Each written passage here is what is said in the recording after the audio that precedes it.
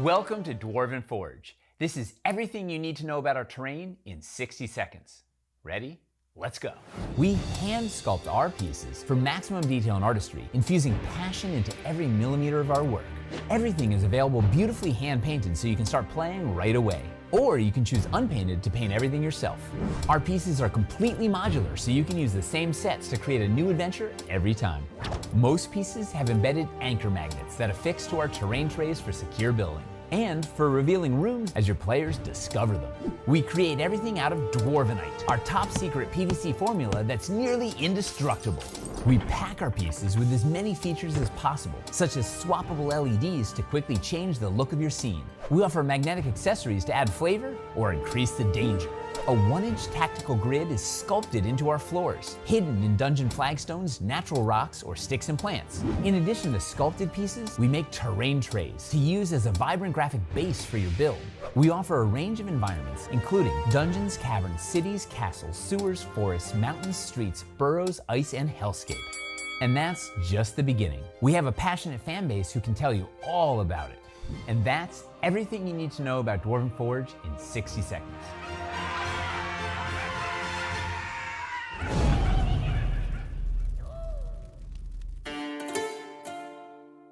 The games we play are the stories we create. The fortress doors swing open. Every story is unique. And the sound of war drums rises. Sometimes our stories come to us when we least expect them.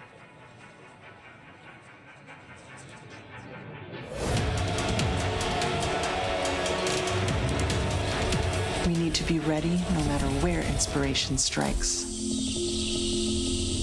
And sometimes our stories are told over great distances.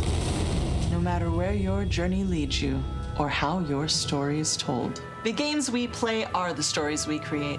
Sirenscape can help make yours epic.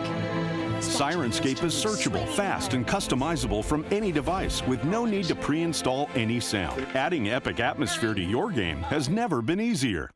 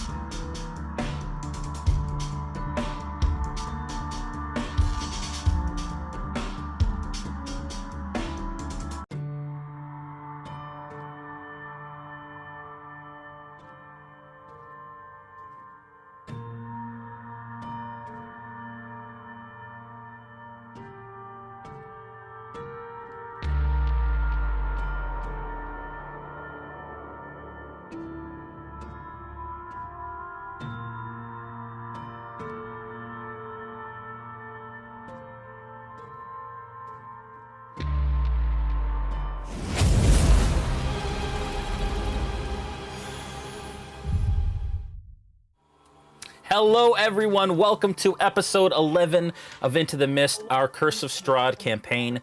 We'll go through a couple of quick announcements, and then we'll jump right into all of the action. Last episode saw some dark moments, and so we'll see how those progress through this episode and the rest of the season. Thank you, first of all, to Dungeons & Dragons for creating this incredible game that we play every week. I want to thank our first title sponsor, which is Hero Forge. Hero Forge is an incredible online tool for creating miniatures for your tabletop gaming experiences. All of our player characters are made with Hero Forge, and you can check them out at www.heroforge.com. Our other main title sponsor is Beetle & Grimm's. Beetle & Grimm's is an incredible premium box service for your Dungeons & Dragons experience, as well as other tabletop games. You can check them out at www.beetleandgrims.com. A lot of the stuff that we use in studio is from the Curse of Strahd box, and when everybody is back together, we can actually use those in person, which will be great, because Adam, I'm sure, is dying to wear this during stream. Tonight, Beetle & Grimm's is giving away 3 Ravenloft t-shirts. It's their new Van Richten's shirt. So if you want to win, poor headless guy, it actually lined up with the, that's really funny, actually, with our Brothers Forged initiative tracker. It looks like there's like a knife through his, anyways.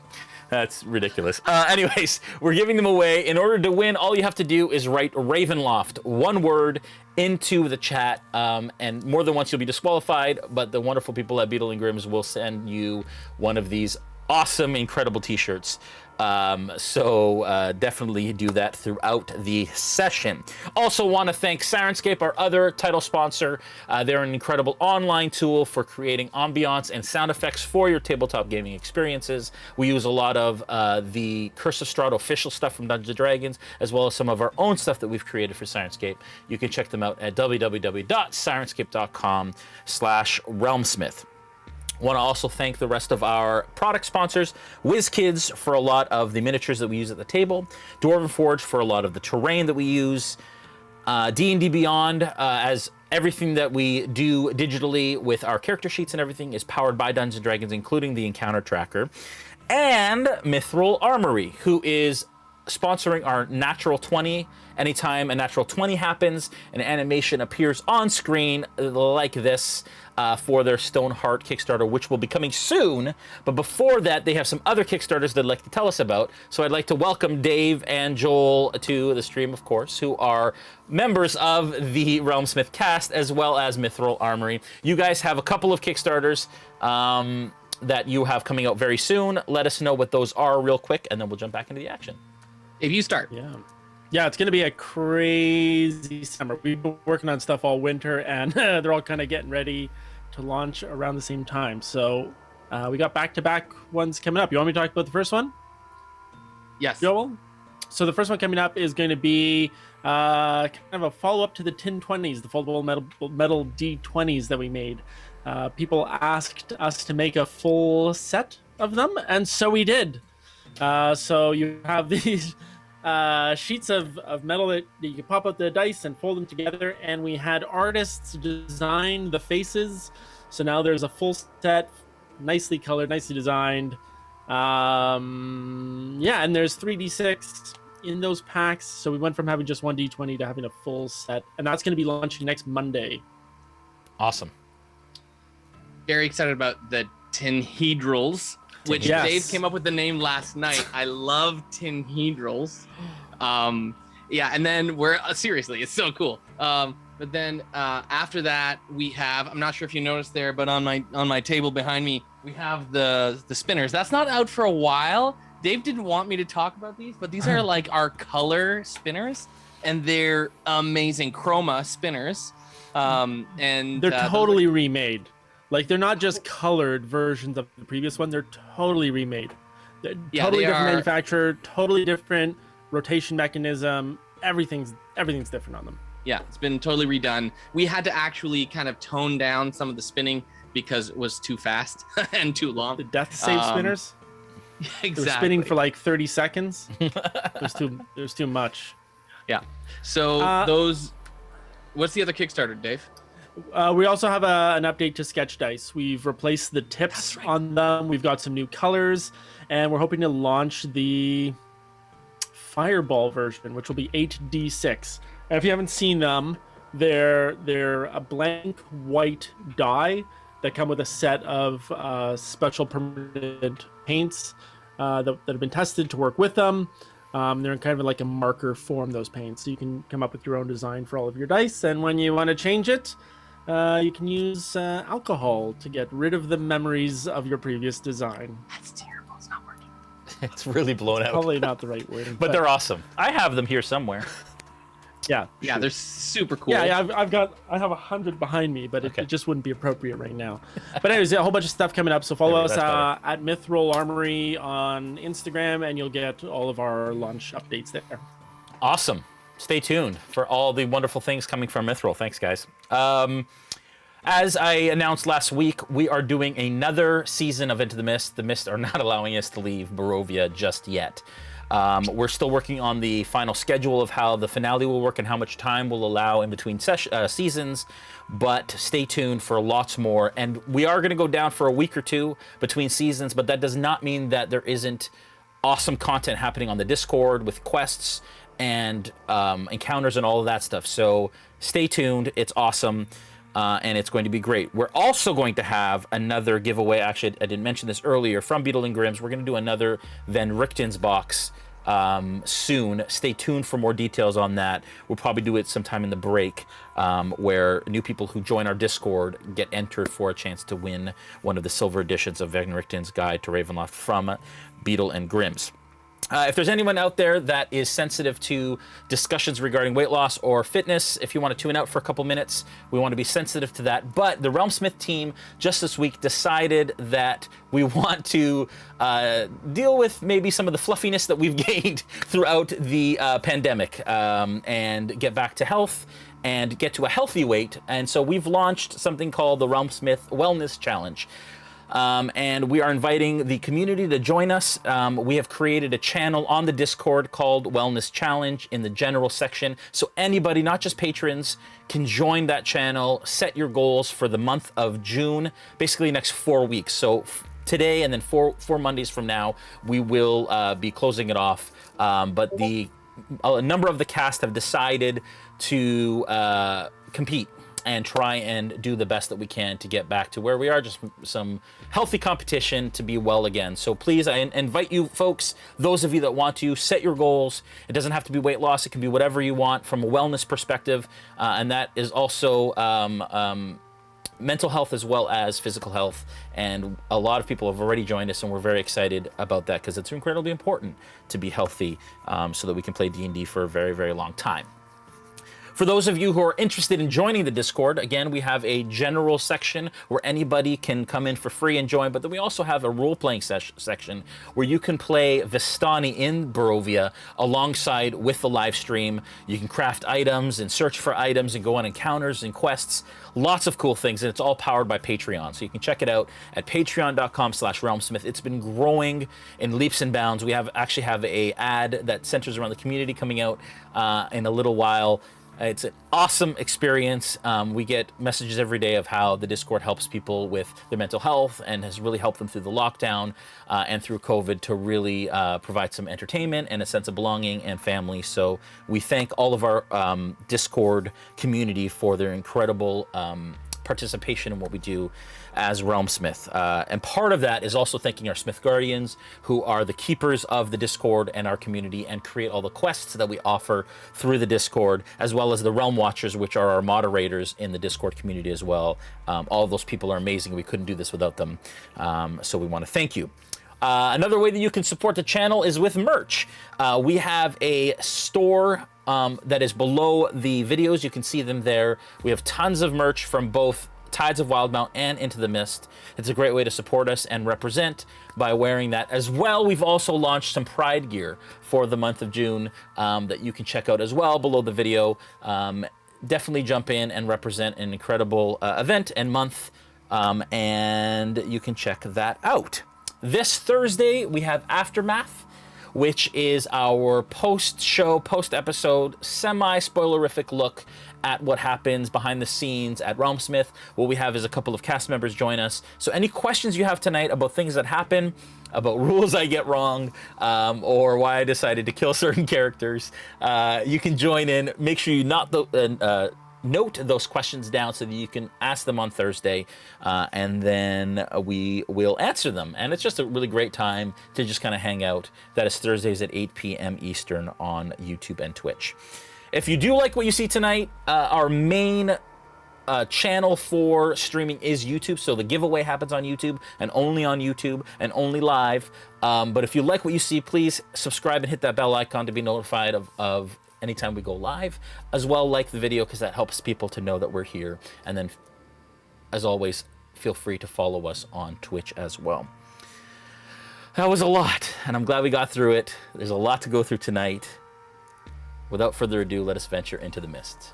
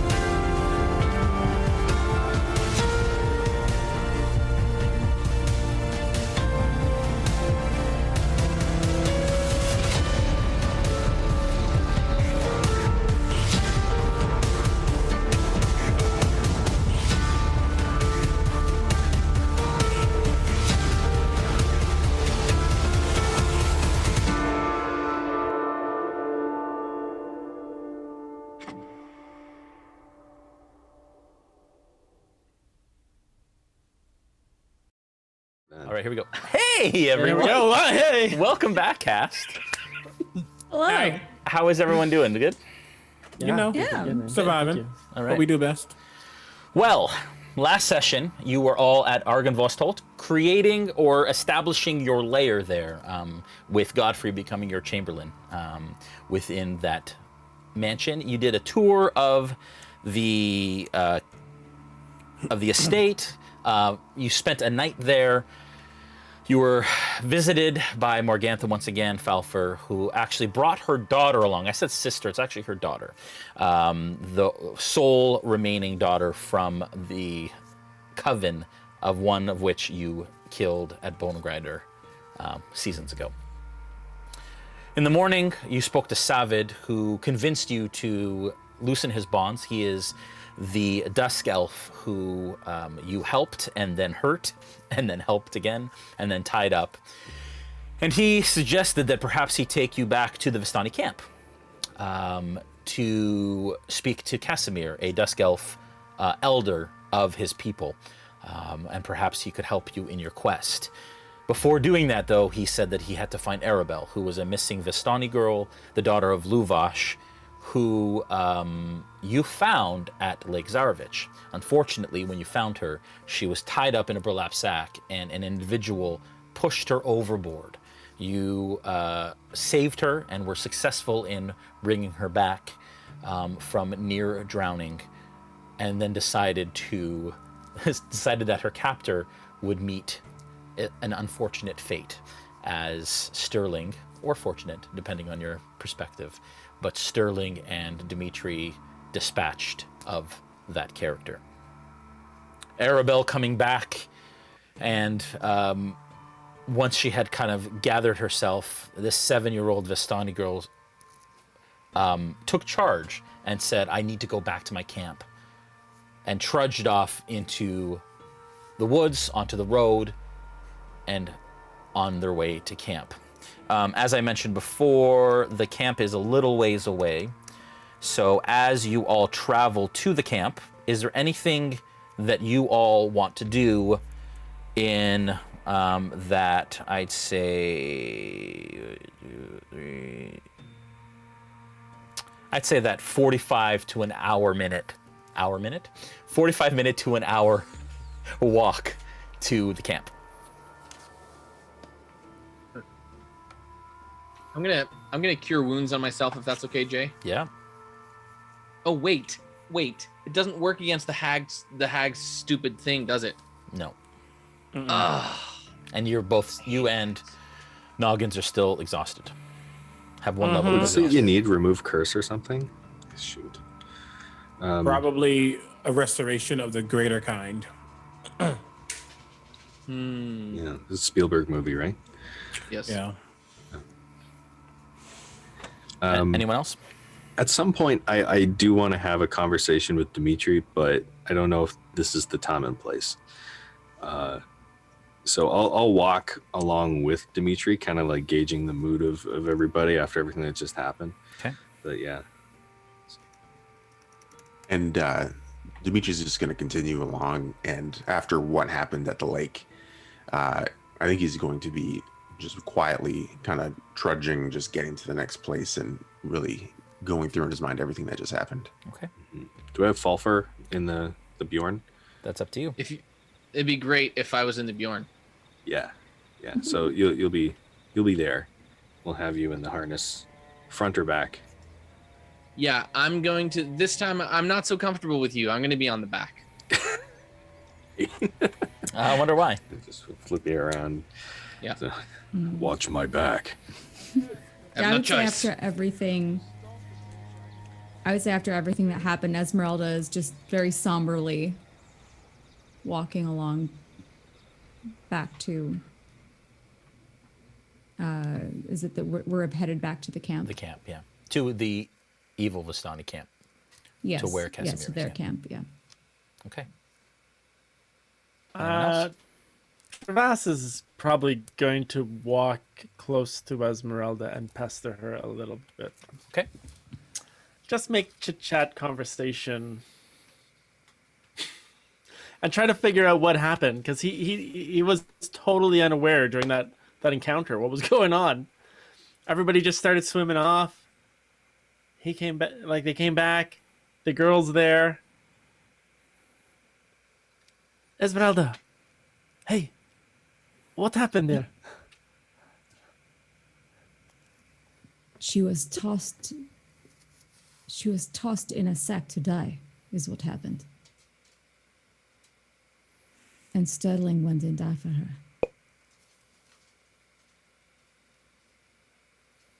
How did she get out here? Did you find out how she was taken? Was she walking by herself? No, did you not see the man in the boat? I was swimming and it was cold and I don't remember a whole lot more. Well, she had been taken. If it wasn't for Sterling having been able to go in after her, I don't think we could have saved her. Would I hear any of this? Am I close enough to hear any of this? It depends on whether or not Travas is trying to hide the conversation. Or either of you. I'm not either. Yeah, no, you hear it. It was not me that saved the girl. I believe It was Noggins. Yeah, you note Noggins is kind of just slightly, not backing away, but like his pace is slowed down just a little bit. And he just... Noggins? What? Yes, he was the hero of the day. I must not have seen what happened. Well, what I did was justice. What he did was heroic. Tell us. Well, he turned himself into a rather large creature, with a curly tail and some sort of a beak, but it was able to swim in the water. And he swam below and he found the girl and brought her up. Were it not for him, she would be dead. That water was murky and none of us would have found her so gracefully and quickly.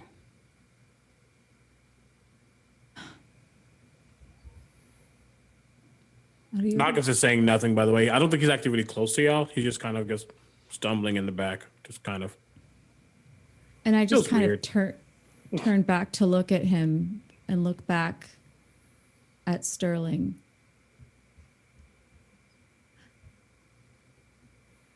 Is it odd to you that where did he come from that he should be there to save us twice now?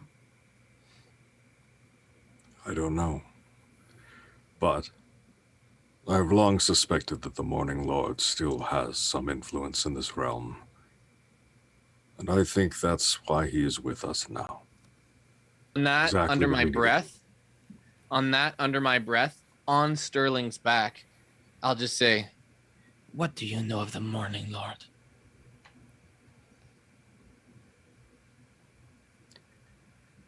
And that's loud enough for me to hear, I'm assuming. Just. I know enough that he would not stand by and watch a child die. Not like that. At least I hope. People like us are put in these positions to do the right thing. And you are the one who decides what is the right thing? Today, yes. But not just Okay. me. Dimitri as well. I believe we both had the same reaction. Yes. And I'm afraid of you both now. Well, there was a time where I was afraid of you, especially the part of me that is a child. You would go back and eat those pies given the chance, would you not? Knowing what was in them? Would you have kept more for yourself? I do believe that perhaps we are dealing with two different scenarios here. Maybe. I was fed a pie and fell in love with the pie and then became addicted to said pie. And I believe that perhaps that is slightly different than choosing to end someone's life on your own accord. It did not stop you to know that babies, young children, were part of the making of that pie? Clearly, you've never been addicted to anything in your life. So I will not speak to you about it anymore. But next time you feel so anointed to judge others about their behaviors, I would simply remember that day when you killed that man in the boat. So what, should I just ask for your permission before I take someone to life? No, but certainly you should ask yourself if it's the right thing. You do not have to ask me, but it does not seem that any one of you inside of this giant brain of yours actually did anything right in the moment. But you decide. This is a man that would have done it again. How do you know? He has no chance for restitution. He has no chance for forgiveness. He has no chance for a real trial. You are choosing a man's fate by your hands, and not in self-defense. Not He in defense. spoke no words in his own defense. Exactly. He You gave him fully no time. admitted it, and he He had did no so time to- without remorse. He may have been inebriated. Who knows? I once was. Do you think we can redeem Strahd? Should If we there is kill an him? ounce, if there is an ounce of love in Strahd still, and it would be worthwhile pursuing, yes. But I will leave it to you and Dimitri from now on to decide, I don't know, when someone leaves or someone dies. As you should. You were not there on the water. You didn't see the evil that we saw. I think seen if many you were evils. watching with us, you would have condoned it as well. You do not know where I'm from, my friend. The world I'm from is not all that different than the one I'm in right now. So, yes, when you choose what is right and what is wrong based on your own emotions, I'm sorry, but there's a lot that comes into question in my mind. I'm not sure I want to actually chosen based on your own emotions. You know what is happening? Certainly. How about this? Sterling, put me down for a moment. I cannot walk with you anymore. I'm gonna go stand with my new friend Trevas, who he did not make the choice to kill someone just on a whim. He was going to kill a child. As you say that, and I help him down from Sterling. As you say that, the child, she stops, and she was some 10 feet, and you could tell that she was kind of listening a little bit. And when you talked about children and pies, she kind of looked back, and then when you say she was going to kill a child, she turns around, and she looks you, Falfer, dead in the eyes, kind of puts her fists on her hips, at which point Savid kind of puts his arm around her and says, "Please, Arabelle, come." As you kind of make your way through the woods towards the camp. At which point Savid says, "Please, we should keep it down. We are approaching." It's fine by me. Fine. The woods part to reveal an expansive clearing, a small grass-covered hill with low houses built into the sides. Fog obscures the details, but you can see that these buildings feature elegantly carved woodwork and have decorative lanterns hanging from their sculpted eaves. Atop the hill, above the fog, is a ring of barrel-topped wagons that surround a large tent with a column of smoke pouring out through a hole in the top. The tent is brightly lit from within. Even at this distance, you can smell the odors of wine and horses that emanate from this central area. What do you do? So this is it. Savid turns to you and says, "Yes, this is it. This is our home." Now, Is there no walls? There's no palisade? No, so it is a central hill with a tent on top, and maybe Julian can bring up the over top-down map. Very different than Gakis. Yes, which is so fortified. Yeah, so there's a large tent at the very top. There are horses kind of tethered to the poles around it. There are wagons, Vistani wagons, which are familiar, and the smells and the visual reminds you of Gakis. The colorful Vistani wagons that have a circle around that big tent, and then surrounding the bottom of the hill are these hovels, these houses. Built into kind of the side of the hill, partially obscured by the hill. You approach from the north down that path, and Savid says, "How would you like to approach? I understand that, I know that Casimir's hovel is the southernmost home." Perhaps you should go in first and we'll join you if we're welcome.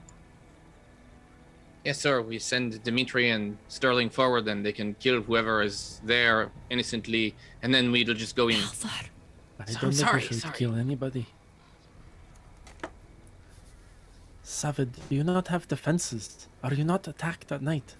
Well, the homes are guarded, and as you look, you do see that there is a individual from the northern kind of hovels. You see that there's a single individual in front of each, and he says, "Each hovel right now is guarded by a single Dusk Elf guard.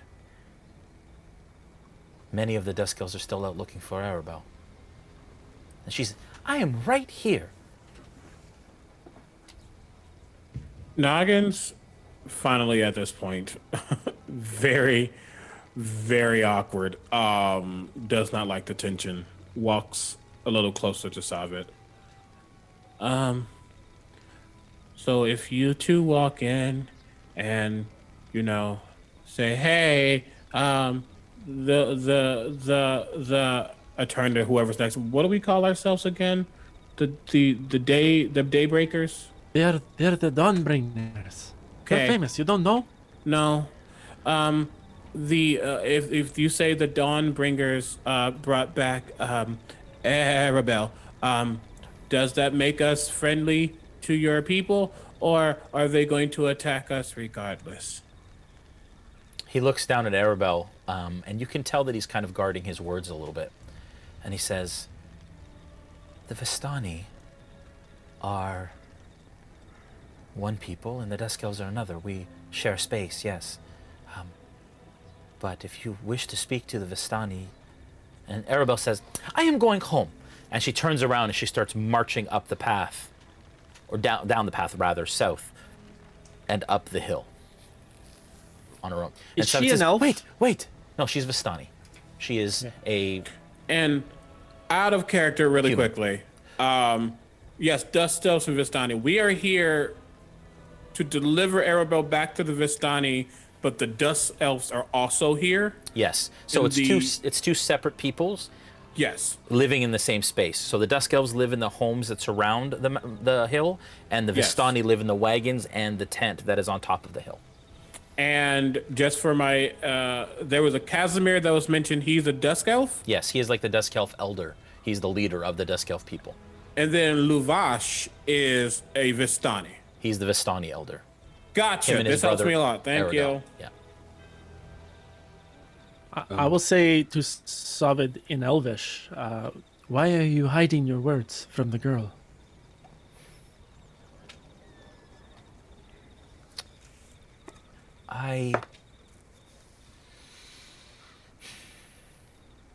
Because our people don't always see eye to eye. And again, we are captives.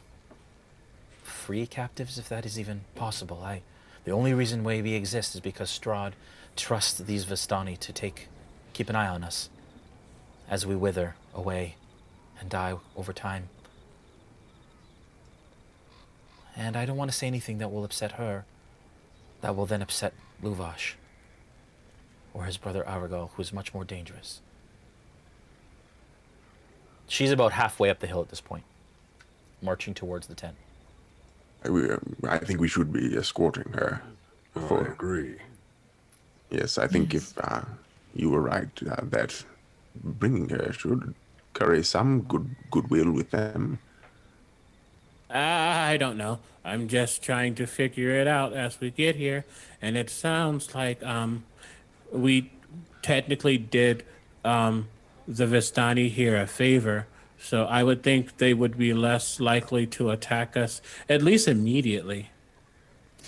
I agree with you on that. I just thought it would be as a sign of good faith to maybe wait until we're welcomed in, and then also if there's hostility, we're closer.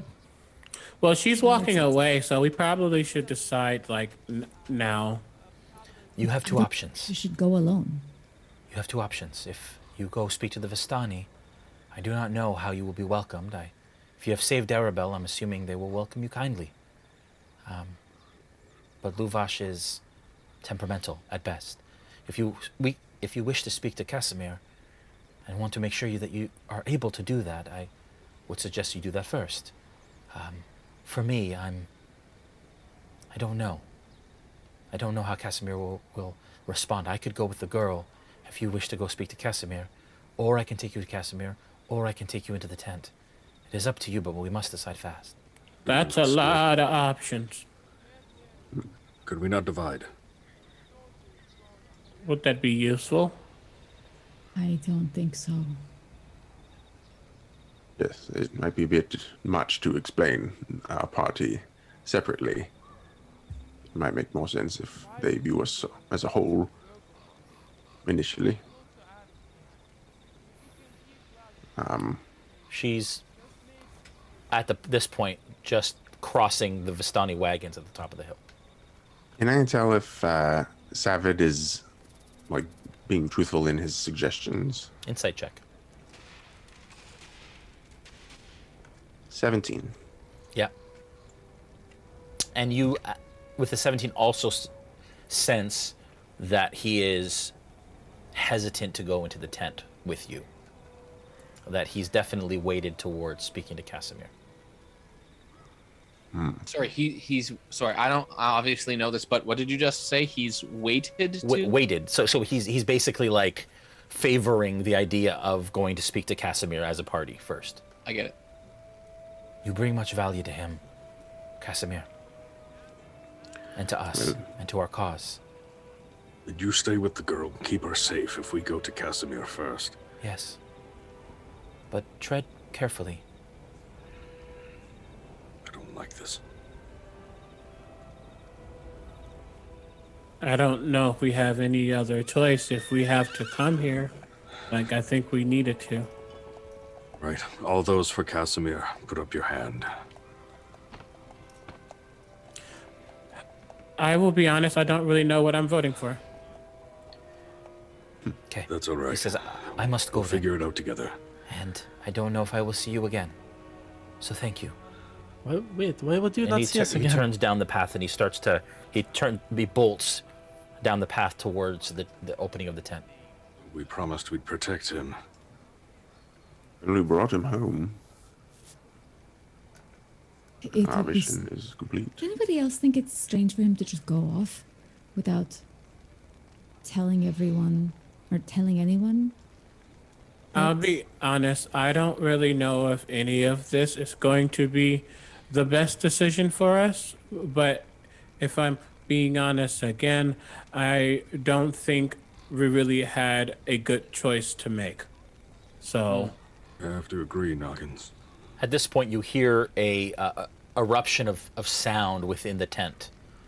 Cheers and yells and some laughing. It sounds jovial, you think, as she had entered the tent now, and Savid is almost at the opening. we should probably go. We're taking up a lot of time. While they're focused on her, we can, I guess, talk to Casimir. Okay. Yes. Agreed. Yes. You want to approach Casimir again. It's a full circle. You're at the top. How do you want to approach, and how do you want to get to the hovel? I will, before we start to walk, I will take out my sickle, and I'll draw circles around the feet of all six of us. And I'm speaking words in Sylvan. And as I get done with the one around me, they all will glow for a moment as I cast Pass Without a Trace. Very nice. Maybe we should sneak around just to make sure none of the other bad Vistani see us first. All right. And it would be good to get a count of everyone that's here. Agreed. Do we know which dwelling Casimir is in? This one here. It's the one he said at the very south end.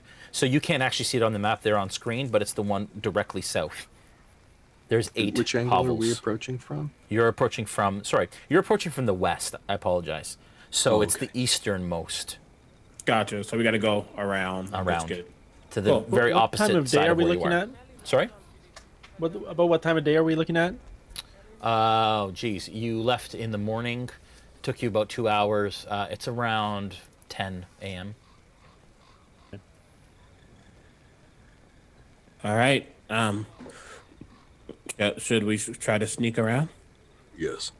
Well, Okay. Yes. Stealth checks Let's for all go. of you, please. Add 10 to that for Pass Without a Trace. I will be guidancing myself as well. Oof, y'all. I have a Natural 40. one reroll. 40? Yeah. Okay. 24. Okay. 24 as well. A 11. natural one on me plus. Sorry, 1 second. Plus that's 17. With a natural 1? With the natural one makes it with all the pluses makes it a 17. Okay. Wow. Oof. Sterling I would be a 21 with that plus 10. and Dimitri? 14 with that plus 10. I'm going to forgive that natural one, given that everyone We else struggled. rolled so well. Thanks, D&D Beyond. You circle the entirety of the camp, and as you kind of you head north and then come back around to the eastern side. You see standing quietly in front of this house, bathed in warm light of its lanterns, are 3 sullen, gray-cloaked figures, their angular features and black flowing hair half hidden under their cowls. How do you approach? They're standing guard? Yeah, And it appears so. and we're obviously successfully stealthed, so they can't see us.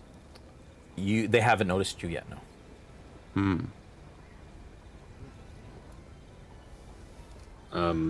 If I'm at the front, I would just keep proceeding to pass. Yep. Our marching order, are you guys okay if I'm at the front? Yeah. Yeah. Okay. It's the big metal shield. I feel like if we approach like we have a purpose, sometimes that's easier to accomplish things than if you're like really looking like you're out of place. True. Yeah. So, like, if we approach, they'll see us. Yeah. Yeah. But Yeah. just don't be suspicious. Yeah, just walk with purpose. Yeah. Yeah. Have we Like you own walked the place. past? Have we walked past the tent that the girl went into? Yeah, you walked. The tent is in the center. You walked around in a complete circle around, and came up from the east, from the bottom of the map. Is it possible to hear anything beyond celebrations, like any conversation that's happening in there? Perception check. Like, we can't believe you're back. You were supposed to be sacrificed. 7. Yeah, all you hear from this distance, it's a distance away, like quite a distance Yeah. away. Yeah. All you hear from here is muffled sounds of Yeah. celebration. I'm going to. How close are we to that tent of jovial laughter? At the center of the camp, you are. These are 10 feet. You're approximately.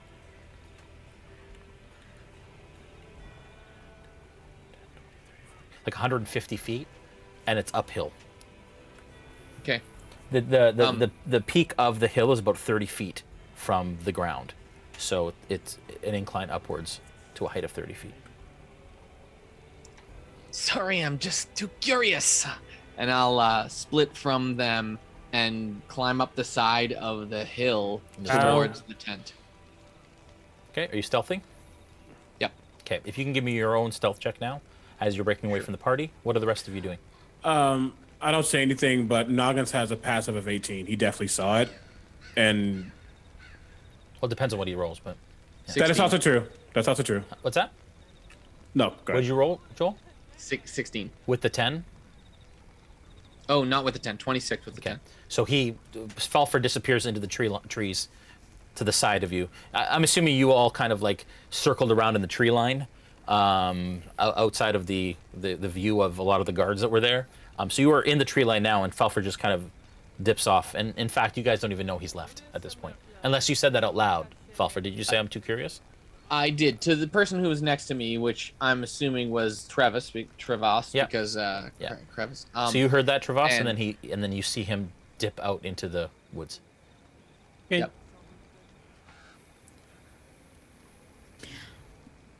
I'm just prepared to, if we get approached by one of these guards, I'm prepared to speak up, but if not, I'm not saying anything.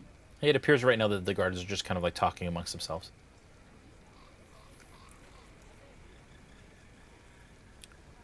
So you suggest we approach openly? I feel like it's a better choice than to act like we don't belong here. Yes, also, at some point, we could casually drop Savid's name, and they Yeah, of might course. find that comforting and reassuring.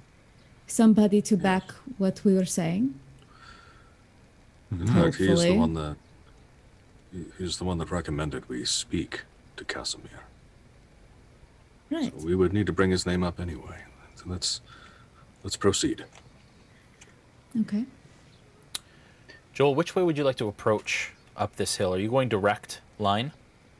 I'm going to whatever insight I can get into, like, I want to get it from a flanking position. Like, I don't want to go with from the front or from the back, from the sides preferably. Okay. So you have a hovel at the bottom, you have a hovel kind of out to the side. You can kind of dip and then go diagonally between them, equal distance. And you stay really close to the ground. And with the fog and so on, you're about halfway up the hill at this point. Cool. What do the rest of you do? Well, let's proceed relaxed, casually, and with purpose. Yes. Did you guys want to wait for Falfar to come back or go now? At this point, you all notice that he's gone. I feel like maybe it might be better if we spoke without Falfar around. Maybe. That might be. Did he say where he went? He didn't go by himself, did he? I don't know, but this, and then he walked away, and I thought that was kind of normal for you, so I didn't say anything. I don't know. I'm not After going just to what argue. happened, after what just happened, I'm kind of glad he's not here with the elder. It's true, we're not quite seeing eye to eye today. Might be, But you can't because he's a halfling.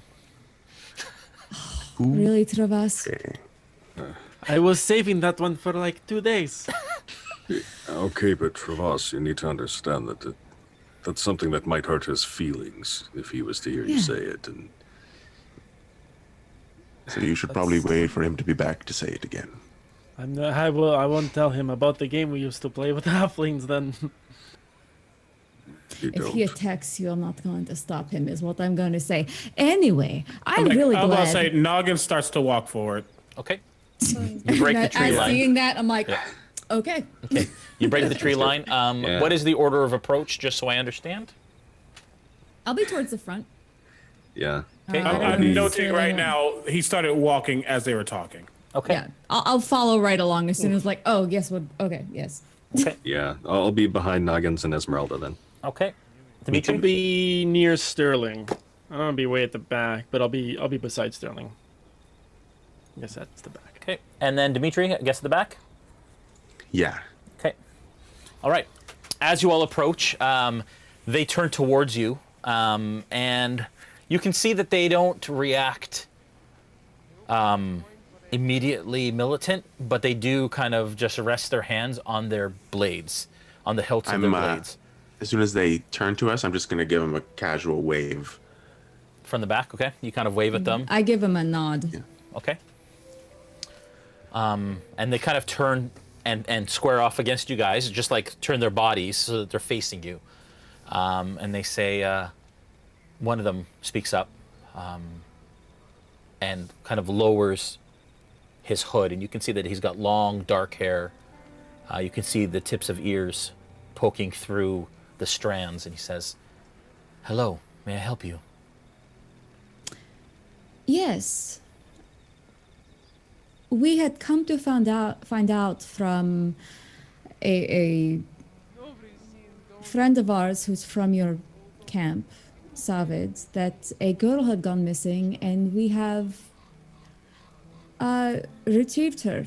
So we just wanted to inform your elder, out of respect. He turns to you and he says, "Oh, is that what that is?" Referring to the noise that is coming from the tent. Yes, it seems as though everybody has missed her. Yes, we've all been looking for weeks. Thank you. I'm very sorry for anything that you've all gone through in the time that she's been missing. Give me a persuasion check. Could I assist? With 'Cause I advantage, would- actually. Okay, never mind. Yeah. And you can add Noggin's bonus to that. Persuasion? Yeah. With, okay. Oh, whoops, I forgot with advantage. Ooh, okay, so the 9 plus what? What was added to that? My persuasion bonus is a +5. 14. Okay. With a 14, you can see that he kind of relaxes a little bit. Tenseness comes out of his shoulders, and he says, "You wish to speak to Casimir. Is that right?" just to inform him formally of what has happened. I think it would only be right, seeing as how he is the elder of this camp, that he should be informed of everything that happens first. And your name? My name is Ezmerelda Davenir. These are my friends. And his eyes kind of like, or his eyebrows raise, and he says, I've heard of you. He looks across kind of the rest of you. He says, give me a minute. And he turns around and he steps inside the door. And you hear hushed voices inside. Go ahead, Travas. I want to just look at their faces and see, does any of them look like me? Perception check. An 8? Huh. No. I mean, Natural one would be terrible here. None of them are familiar. Okay. Okay. Falfer. At this point, I'm going to split the parties a little bit with communication. So if the rest of you can remove your earphones and just wait for this signal. Felfer, as you head up the hill, you make it to the side of the tent and you hear jovial laughter. You see silhouettes from the campfire that are being cast on the sides of the tent. The opening to the tent is on the west side, so the opposite side of where you approached. You now stand between two of the Vistani wagons that circle the tent.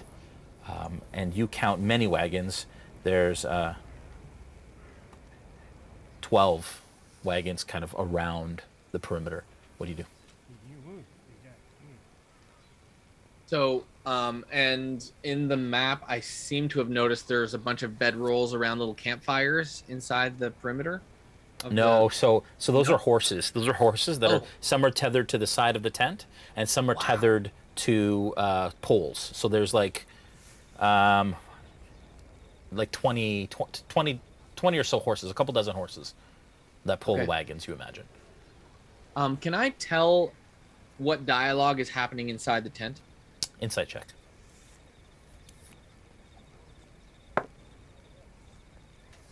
Oh, that's a 9. Okay. With a 9, all you hear is like, at this point, all you hear is celebration. All you hear is, yay, woo, and I can't believe you found her. And like that, they're obviously celebrating the fact that she's been brought back, but you can't really make out any sort of conversation or anything. Okay. I'd like to attempt to find a place of entry that is kind of hidden. Okay. You do know that the tent is kind of weighed down by stones around the edge, and it's spiked at the poles. There's a rope that's spiked, and the poles are firmly in the ground. But you could potentially lift one of the tent kind of sides if you were to remove some stones to get inside. Yeah, I'll attempt that, Jay. Okay, give me a sleight of hand check to try and move stuff around if you want to remove the stones and lift the side. That is a dirty 20. Okay. You, without ease, very quietly do your thing, nimble fingers, and you lift the side of the tent slightly. And what you see inside the tent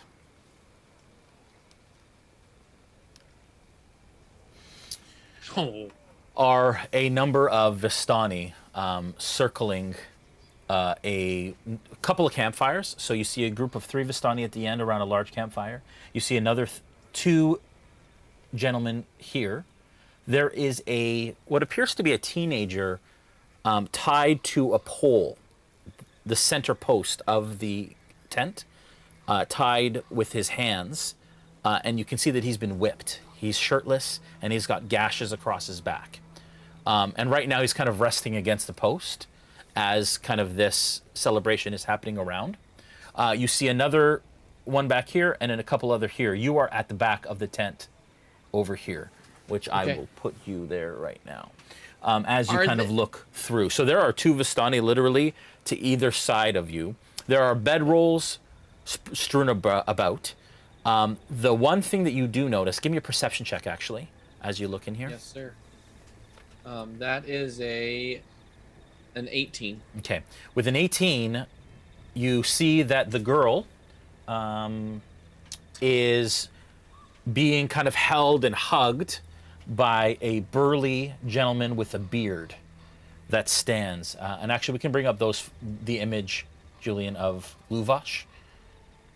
But you can tell, obviously, that being Luvash, who is holding his daughter up and is very happy to see her. And then beside him is a very familiar individual to you. He is the gentleman that gave you the letter that you first read that brought you to Barovia by the name of Aragal. Okay, we're going to leave you there. If everyone else can do this.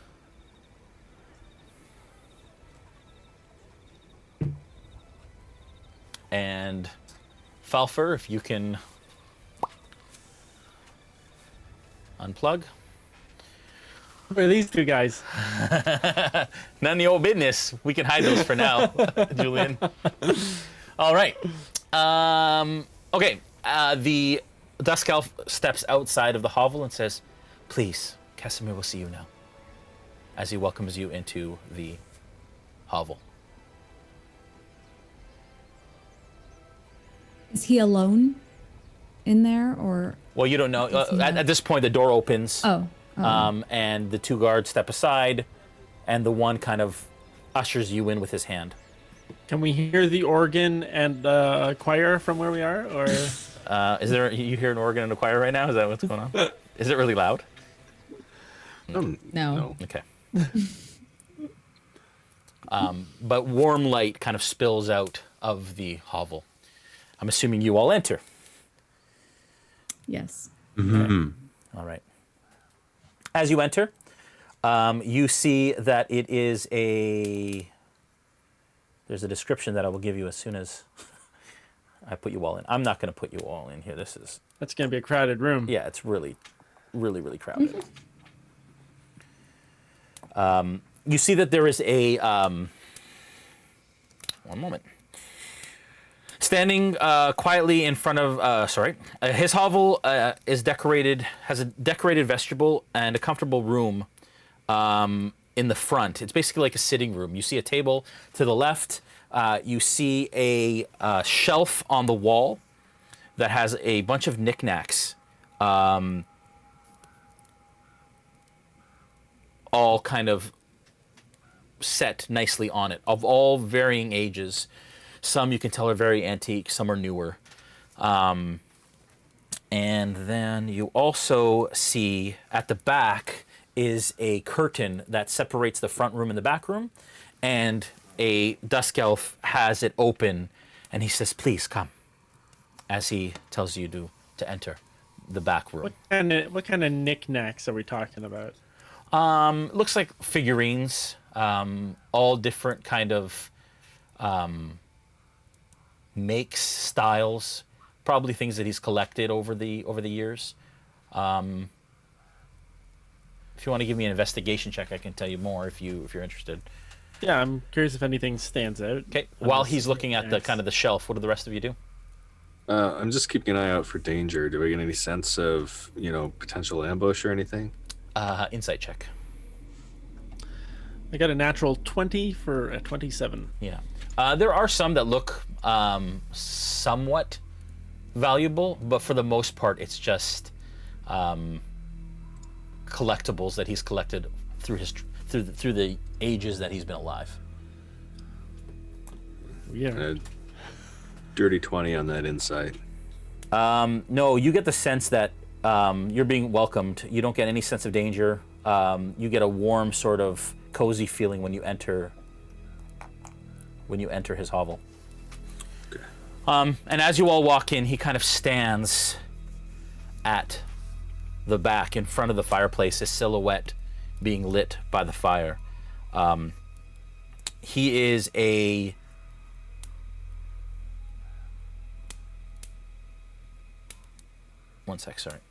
he is a older Dusk Elf. You can see gray in his hair, as he's been alive for centuries. As you were told, all of the males would have been at least alive 400 years. you can see that he stands with confidence, long, dark hair, and he has a cowl, like a hood, pulled up over his face, but his face is lit very well by kind of the candles that stand around on various stands. There's a bed to the left, and it's very modest, just a bed, a little chest, and this fireplace that he stands in front of. And he welcomes you all, and he says, "May I help you?" Yes, my name is Ezmerelda Davenier, and these are my friends. And recently we had come to learn that a little girl of yours had gone missing through another member of your camp, Savid. Yes. And I came to bring good news that we have found her and she is safe and has returned. Thank you. Our people have been out looking for her for weeks. Where did you find her? She was about to be killed by quite an evildoer, and we dispatched with him and rescued her from a watery demise, what would have been a watery demise. He says, "Thank you." Sounds like Luvash is celebrating. I can hear him from here. Mm-hmm. I'm going to nudge Ezmerelda and say, "Don't forget to mention Savid. He helped." Yes, I mean, Savid, through this time, was with us and helped us. As you say that, Travas, he looks at you with a very keen eye. And you notice that he kind of squints his eyes a little bit as he looks at you, and then looks back at Ezmerelda. He says, "Well, that is good. I'm glad that he was able to assist you, but why are you here? Why are you not with them, celebrating, collecting whatever reward you might want to collect?" And he kind of looks over all of you and takes in kind of your countenance, his eyes resting again on Travas, and then looks back at Ezmerelda. Because there are there's no need for rewards. We did not do it for any monetary gain. A little girl had gone missing, and we thought it was right to return her. Just out of the goodness of your heart. That is rare in these lands.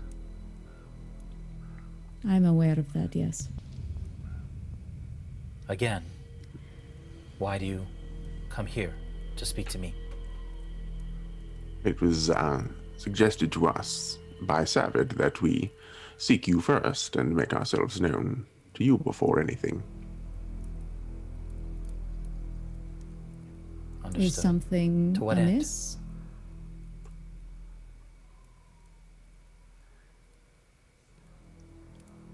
Can you repeat that, Jay? You said something. I said to what? He said to what end? I don't know, but now I wonder if maybe Savid wanted this reward all to himself. Oh, I assure you there is no reward for my people. Our reward is just to live out the rest of our days. Well, then if he gets to live, he's earned it. Was there a reason he was we ran into him in a place really far away from here. It seemed like he was on a mission that if he did not succeed, he would probably die. So I don't really know what the question I had is. I'm just relaying information. He told you to come here to speak to me. Yes. Did he say why? Yes. He said if it was talking to the Vistani first or talking to the Dusk Elves first, we probably would want to talk to you first. But he didn't say why. Well, No, but he did run away, so part of the concern that he raised with us was whether or not the Vistani would be welcoming to us, and that it might be best that we meet with you before anything. And I guess see what advice you would have for us. Would Vistani be dangerous to us? Well, it depends. What do you seek? Whom do you serve? Well, we don't seek any reward, and we don't seek any quarrel with you. We just wish to return the girl safely.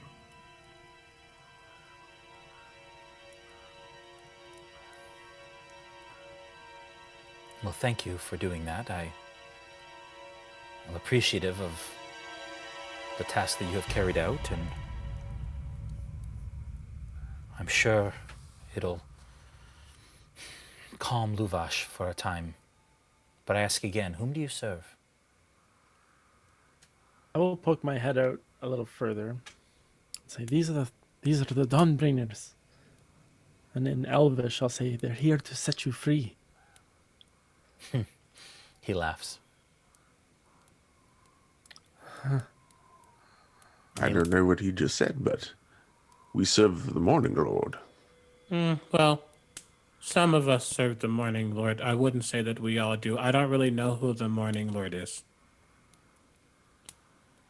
Most of us. Devas is a little embarrassed at the lack of unity on the team and kind of ducks back behind Ezmerelda. He says, We... Go ahead. Yeah. I don't think it's really important to say who we serve. I think it's important to say who we don't serve. And I think most of us don't like, I'm sorry, I forgot his name again. What? Steve. No, you mean Strahd. Strahd. Yes. We stand against Strahd, and we are united in our cause to bring sunlight back to this land. And, you know, in the dream, that would be good for me. Well, I've heard of the Dawnbringers. I'm pleased to meet your acquaintance. You have caused quite the stir in our land. Ezmerelda, of course,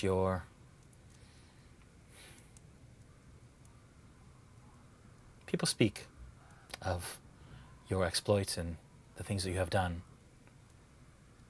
I'm honored to have you here. I think I understand why Savid perhaps asked you to come speak to me.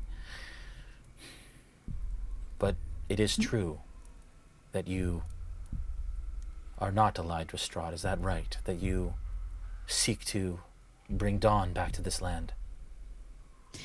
That's correct. Yes. Nobody in this land should... Everyone deserves to live freely here.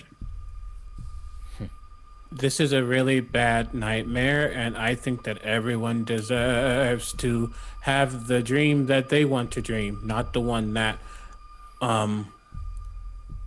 Strahd forces upon them. I remembered his name.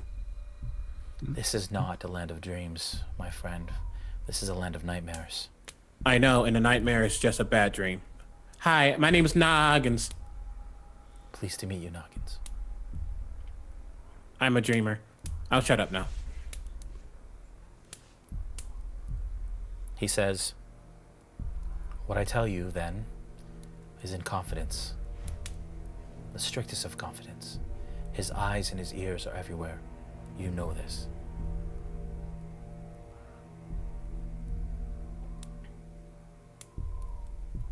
Our people have continued to live among Velikov's descendants.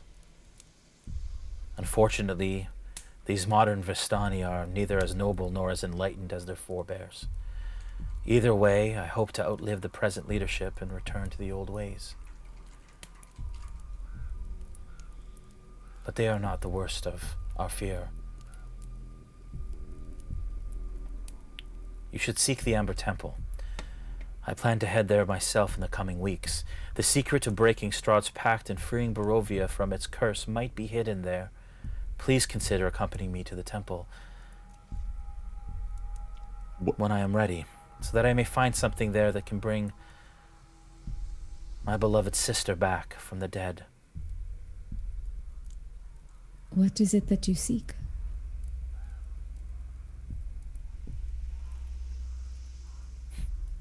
We are a dying race. My sister met an unfortunate end because of the Devil Strahd. I am burdened by dreams sent to me by my dead sister, whose spirit has languished in the catacombs below Castle Ravenloft for centuries.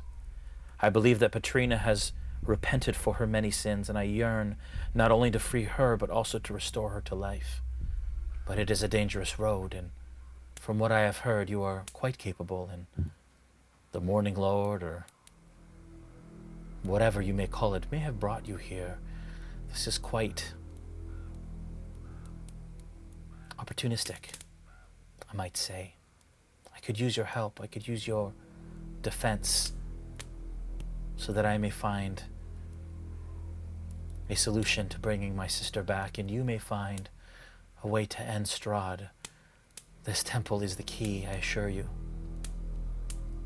Do you know if this temple also houses the body of Sergei?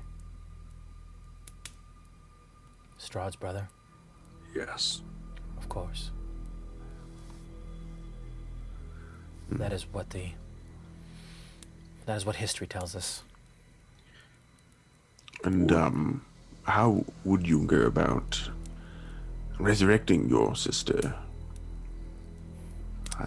There are ancient magics, ancient powers that exist in the temple, far beyond anything any of us have ever seen. Some of these same powers, and he kind of dismisses a thought. It's just that sometimes we go to great lengths to try and bring our loved ones back, but in doing so, it's not only dangerous, but it's also not what we expect. Do you know for certain that if you try to bring her back this way, that she will be the sister that you knew? Nothing is certain. The only certain thing is the simple things: love, trust, loyalty. I trust her, and I trust her love for me. But I've learned not to expect anything in my time. I didn't expect to be the last of our kind. I did not expect to live and be trapped in this land. And then he lowers his cowl, and you see his ears have been chopped of the tips. And he says, I did not expect to be mutilated at the hand of the devil himself. My sister will come back. I will outlive these Vistani. But I tell you, the secrets to his castle and destroying him are in this temple. If you will come with me, we shall bring an end to him together. I kind of just look back to everybody at this. Yeah, you'll see Sterling is like as furrowed as a brow can be on a robot, man. He's nodding and very serious. You know, you can tell he wants to do this. He looks across all of you and takes in all of your faces again, finally resting on Travas again. And he says, these sorts of things I have learned do not happen by mere chance, happenstance. You've been brought here for a purpose, as have I. We have endured much. But this task, this place is very dangerous. You need to be sure that you are ready. I don't know if you are, but you must be prepared. I will not depart for some time, but when I do, I hope that you are ready to come with me. Joel, can you... I don't know if he's watching. There it is. You all can keep your earphones in. Joel, as you watch, the party continues. They continue to celebrate. And other than what I mentioned at the center of this tent, it reminds you of the Vistani from Gakis. It's lively, the instruments have come out, people are playing, they're celebrating. Savid is smiling. Luvash has his arm around Savid, and Luvash, clearly inebriated, has a mug in his hand and it's splashing ale everywhere. His daughter smiling ear to ear. She kisses her father on the cheek. Ezmerelda, as you stand in the back vestibule and speak to Casimir, you look out a window and you see a familiar face standing just outside the window. It is a teenaged boy. But you can see that he is translucent. It is the face of Erasmus. And as he looks at you and he matches his gaze, your gaze through the window, you watch as he takes out a paintbrush and he begins to paint in the air in front of him. And as the air kind of escapes you, he draws what appears to be the visage of a cat of some sort, a feline face. And he draws two large teeth in the front. And as he does that, Falfer, you hear this massive roar from outside of the tent as a large saber-toothed tiger rips through the front flap. And that is where we're going to take a break for this evening. Oh, man. Woo. All right. Those of you at home, chills. We are giving away 3 Ravenloft t-shirts from Beetle and Grimm's. Enter Ravenloft into the chat to win. More than once, you will be disqualified. And we'll be right back.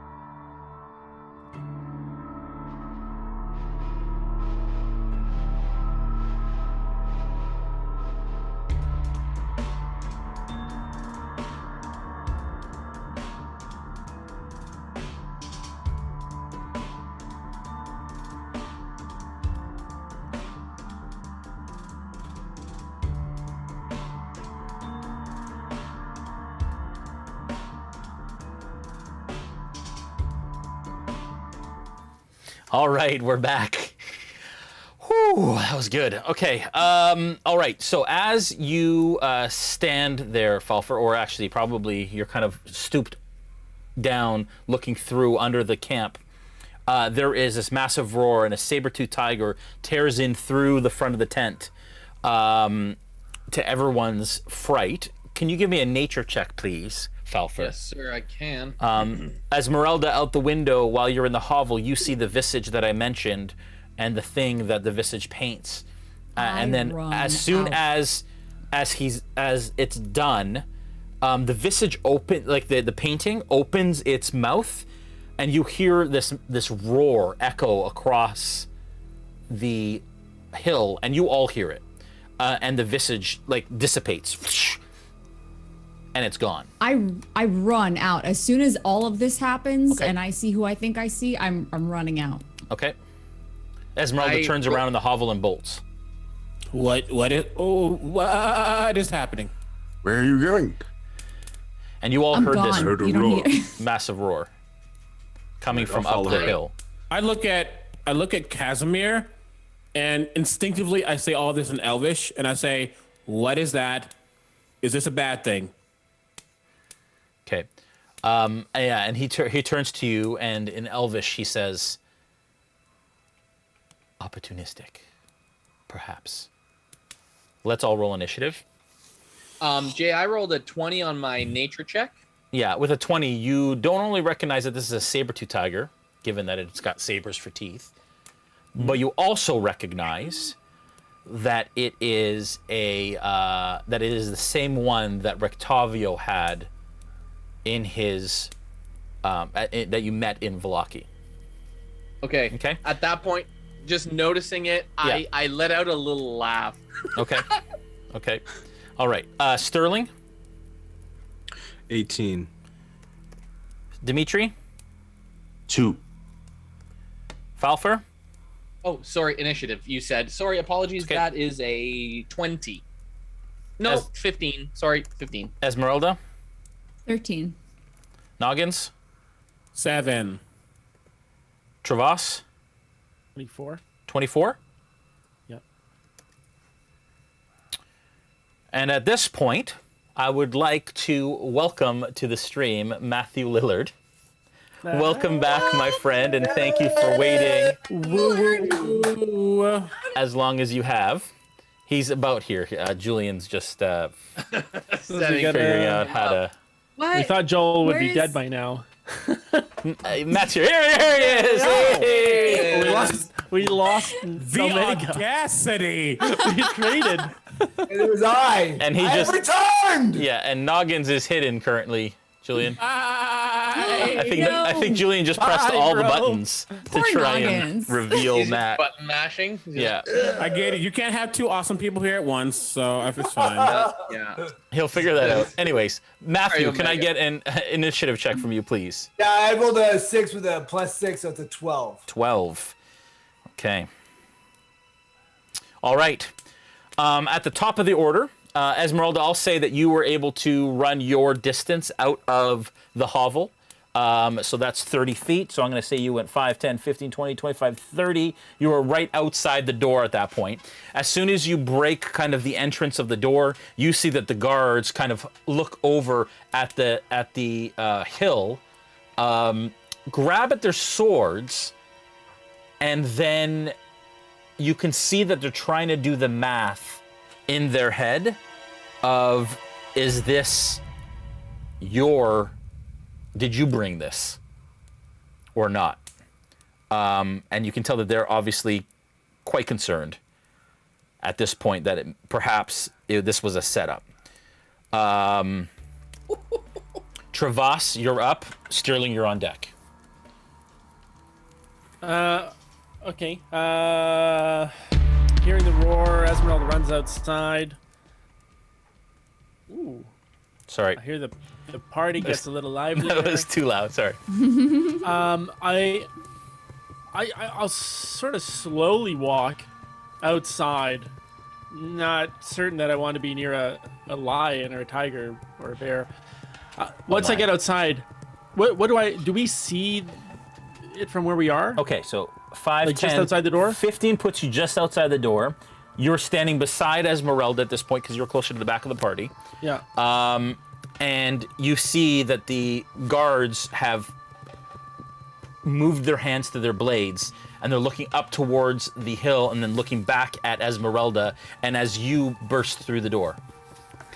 And where is the tiger? You don't see anything. All you see is you hear shouts coming from the tent on the top of the hill, and that's all you hear. Oof. But Jay, would he know that I went to that tent? No. Would he know? Nobody has. No? Okay. Nobody knows. Okay. I'm going to hold my movement to follow Ezmerelda when she moves. Okay, so you're gonna ready a dash action. I'm readying my dash action. Got it. Sterling, you're up. Falfer, you're on deck. All right. So I would have followed Ezmerelda out, Okay. having heard the roar and everything. Okay. And That puts you 15 beside Travas, basically. okay. Yeah. And you see what I mentioned earlier? I'll be ready to draw weapons, or if everybody else already has their weapons out, then I'll draw my weapons, looking for the source of this roar. Okay. I didn't draw anything because I don't see anything to attack. Okay, so you draw weapons, all right. Falfer, So can I just? Yep. Oh, so if I'm out, do I see anything when I had walked out? Same besides the thing. So you hear guards? shouting now from the tent at the top of the hill, and you notice that the guards are kind of taking in the situation. Would I have put 2 and 2 together of the image that I saw and the sound that I just heard? Insight check with advantage, please. Jace, can I say something? Yes. In this moment, I for sure would have cast Guardian of Faith, and my shimmering Guardian of Faith is sort of in the visage of Erasmus, but with the winged shape of a golden dragon. Oh, love it. Kind of circling around me. So from the edge, you see this image that is there to protect me. Okay, and you are, I would assume that you are kind of like on the north end, so you can see the doorway where your Sabretooth went in. Absolutely. Where would you have been placed? Do you want to be closer to the tent? Do you want to be back at the tree line? Where do you want to be? Just before we get to your... I'm letting my good friend do his work. Okay. And then I will make my way in and level the rest that are still Okay. survive the initial attack. All right. Falfer, you're Falfer, you're up. Ezmerelda, you're on deck. Okay, I will just say that I got a 17 on that insight check. With a 17, oh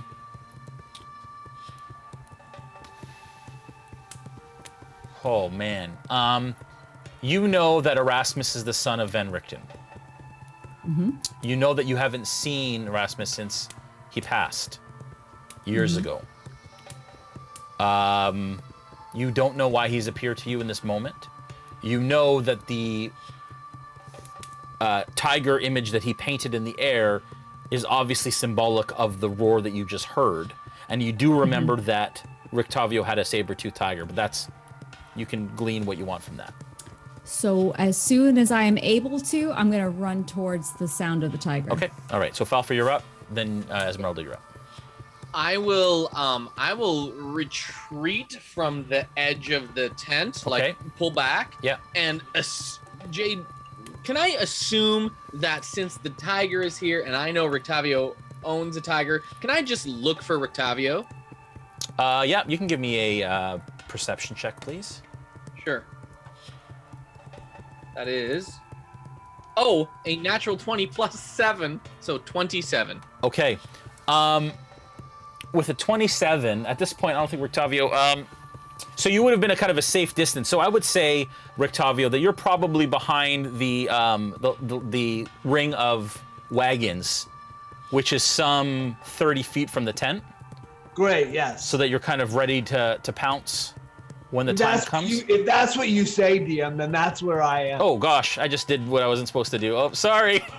every studio, everyone. stinking time. You're wearing pants. Every Don't time, peek behind the man. curtain. The home button is right beside the up button. Why do we even have that lever? All right. Anyways, I would say that you, before you lower the tent, Falfer, you look through the tent and through the opening to the furthest wagon, where the Sabertooth came from, and just kind of through the Sabertooth's legs, you see Rictavio standing in front of the wagon, and you see this kind of ghostly figure looming behind him. Looks like a teenaged boy, but with massive golden dragon wings that exist out above the boy's, like emanating from the boy's back. Okay, I will, having seen that, I'll draw down the tip of the tent. I'll turn to see if I see any of my compatriots around. Okay. Which, do I see any of them? I would say with the slope of the hill and the wagons in the way and the horses and them being all the way down like 150 feet behind the hovel, no. You can see just the tip of the roof of the hovel that they were at, but you don't see them. I want to try to make my way towards where Rictavio is. Okay. I will use a dash action actually to try to make it out towards where Rictavio is. Okay. All right.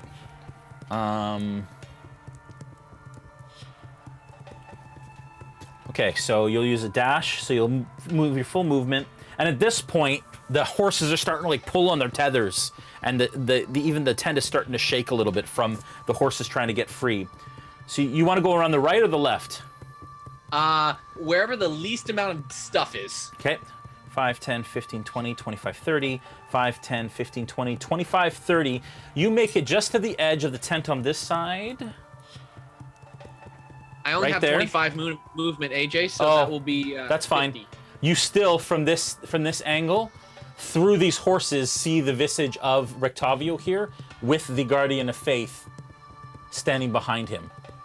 And I'm going to even say that Rictavio's in that pose with his arms out. Okay. I'm gonna look to him and go, hey, it's me! Look, it's Fuffer! How are you, Rictavio? Little Fuffer! What are you doing here? Today is the day of reckoning, boy! I will help you! No worries! You tell me all! Ezmerelda, you're up. Rictavio, you're on deck. Running towards the sound. Okay. So we are going to say, if you can just, when I tell you how far you've moved, if you could just remember that, that would be great. So you're just moving and dashing, correct? I'm moving and dashing. I saw that image. I hear that tiger. I'm running towards it. 60. Okay. So you move 60 feet, you turn the edge of the hovel and you move directly up 60 feet. The guards are still watching you, but they let you leave. So you are currently 60 feet from the back of the tent. Okay. Okay. And I move my dash at the same time. Oh yeah, and Sterling, you want to as well? Yeah, okay. I'll stay with her. I have 40-foot movement, so I don't know if that changes things. Well, sure, it would put you 20 feet ahead of her. Yeah, I'll actually just use my regular movement and then hold an attack action if needed, so that if anything goes after her, then I'll basically shoot it with a crossbow. Okay, so you're 20 feet behind her at that point then. You've moved 40, she's moved 60 with her dash. You're 20 feet behind her with your crossbow out, readying an action. If anything comes down that hill, you shoot them. Yes. Okay. Well, if anything is aggressive towards her, I shoot them. Okay. Yeah. All right, Travas. You move. Do you keep pace with her? Yeah, so I guess I had my dash for 30. I will move for 30. Well, so it's I'm not your turn beside her. yet, so you can't move yet, but you can at least... Oh, I see. You have your dash. Actually, and you can't hold your attack either, Sterling. You could have... You held your... You readied your movement. Is that right? Because you wanted to move with her? Or your dash, sorry? Oh, from before. Yeah, right. so this Okay. is just a readied. So both of you readied. So you've now moved your dash. Your readied dash. Okay. And that's all that can happen at this point. Sure. Rictavio, you're up. Noggins, Do you're I on see deck. Ezmerelda? No. All you see is Falfer. Okay. I know, it's unfortunate, but all you have is Falfer I know, right now. disappointing. It's disappointing because I think that changes what I do. You know what I mean? But Yeah. here we are in the heat of the battle, and I feel like he has been building up for this moment. And even though Thuffer's there, he's not going to change what he's doing. Yeah. So he'll cast Thaumaturgy. Okay. And he'll speak the Stormy! I dive out of the way if I can, Jay. Okay. If I can react. Your time of reckoning has come.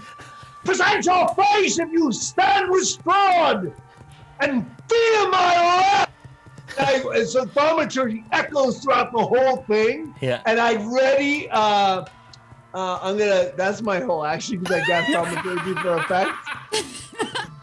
But I present myself ready. My next one, I'm just gonna destroy them with a fireball. Okay. Do I hear this? Everyone hears it. Yeah, I think everyone heard Matt alone. So I mean, I certainly did. Taste my fire. yeah, I would absolutely say that all of you heard now this booming voice that booms across the hillside. Change of plans. Ezmerelda's gonna move towards that voice instead of the tiger. Okay. Because we all recognize his voice, right? So. Yeah, you all recognize his voice. Well, I wouldn't necessarily. No, you would not. You would not. And Noggins would not either. By the way, I just want to preempt. Okay, if Noggins is anywhere near Ezmerelda, he's got an issue. He's got what? I don't know. I don't know Noggins to save my life. Yeah. All right. Okay. Save Noggins' life. All right, Noggins, you're up. Dimitri, you're on deck. Oh God.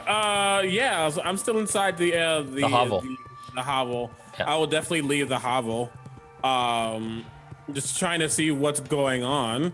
And I can tell which way everybody has run. Yeah. So I'll probably use my action to dash and follow everybody. Okay. So, and your movement is 30? 35. 35. Okay, so you're able to come around the end, and then you're just with Sterling at this point, 20 feet back from the rest, because you were deeper inside the hovel. I was deeper inside the hovel. Yeah. That's true. Okay. I will. No. Okay. Nope. That's all I do. I just say, "What's going on?" All right. Dimitri, you're up. Okay, I'll turn to Noggins and Casimir, and I'll say, Noggins is gone. "Oh, you went. Okay." Yeah, I guess I'm right before you. I'll turn to Casimir, and I'll say, "Sounds like Rictavio's here. That doesn't bode well for the current leadership." And I'm gonna turn and dash and just follow everyone else. Okay. Same. You are with Sterling. Okay. I'm gonna bring all of you around here. Okay. All right. So Sterling. What happened? What just happened? Did Matt just? He's going messy. We already had our bio break. Did Matt It's just an die? Amazon Just took delivery. off. No, I think he heard the tiger voice and ran. I don't know. Travas, you are with Ezmerelda, and the three of you are together. Okay. All right. I will wait till Matt comes back, and then deal with that. You all hear... No, you don't all hear. Falfer, from inside, you hear weapons being drawn, and tiger sounds and roars emanating as combat begins inside the tent. So as we're running, can we tell if any of the Dusk Elves are responding to any of this? Like, how are they?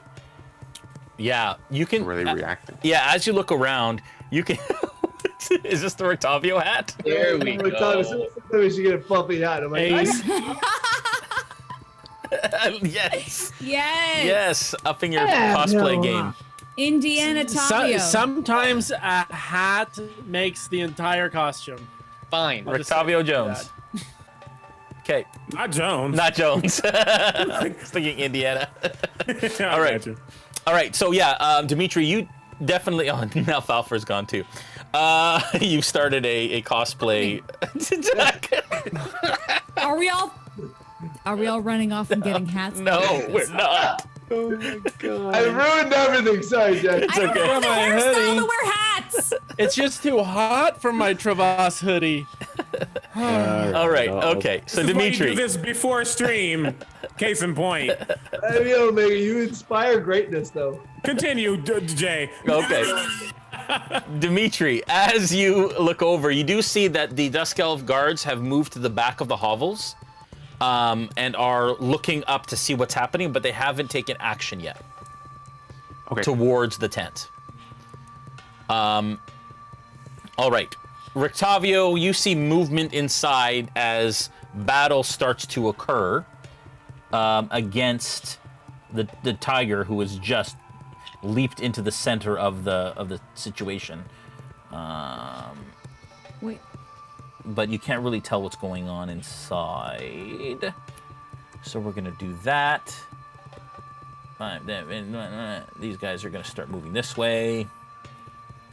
Okay. 1 sec.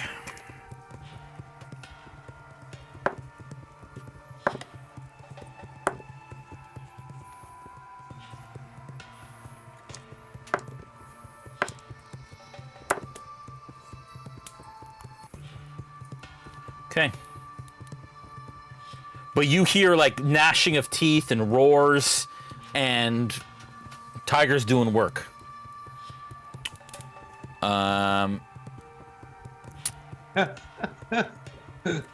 Give me a what's your passive perception, Falfer?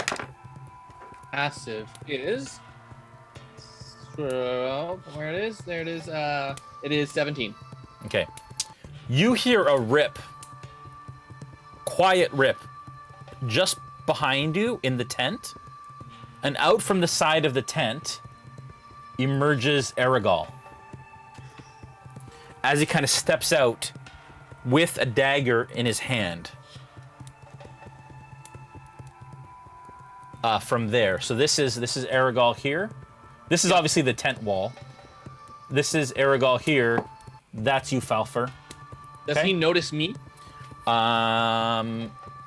Well, you weren't hiding, so. Oh, that's true. As he comes out, he sees you, and as you kind of look at him, he goes, "You." Okay, and both of us are here. You hear shouting from Luvash inside. Okay. I draw my dagger, Jay. It's not your turn. Okay. Travis, back at the top. Sterling, you're on deck. All right, so I keep running with Ezmerelda. She kind of changed course mid-run, I guess. So you're readying your action to. Well, no, so I readied my action before. She ran 60 feet. I ran 30. So there's another 30 to go. So I'm going to use my movement to catch up. Okay. Yep. And I'll ask her, where are we going? You can. I absolutely don't answer. I just keep running. Okay. There's no answer. I will hold my You're ready, your action dash action to keep running with her. Okay. All right. Sterling, you're up. Fell for your on deck. All right. Well, having heard Rictavio's voice, I'm going to try to see if he's here. I'll look for him. Okay. I'm going to tell you that you look up and you see nothing. All you see is the tent. Everybody's wearing hats, you guys. Just noticed. Oh dear. Look what you started, Matt. As you look up, you see the tent. You see there's activity in the tent. You hear the sounds of battle. You hear roaring. You do not see Rictavio from your vantage. All right. Sorry, I may have missed something here. Do I see the Dusk Elves fighting against the Vistani at this point? Have they decided to take this opportunity? So they are standing at the back of their hovels, looking up towards the tent. And each hovel only has one, so you can tell that they're kind of looking across from hovel to hovel to kind of decide what to do. But they're standing ground right now. And are the Vistani seeing us as enemies? Say that one more time. Are the Vistani looking at us like enemies? The Vistani haven't seen you. All right. Cool. Well, I'm going to stick as close to Ezmerelda as I can. Okay. And I am going to hold an action that if anyone attacks any of us, then I'm going to fire back. Okay, so you're still 20 feet behind Ezmerelda. You want to stay still and prep or ready an attack, right? Or you want to catch up with her with your movement? I mean, yeah, I'll catch up with her with my movement. Okay. But I want to make sure I've got, like, the team that's here, I want to make sure I've got their back. Yeah, okay. Right?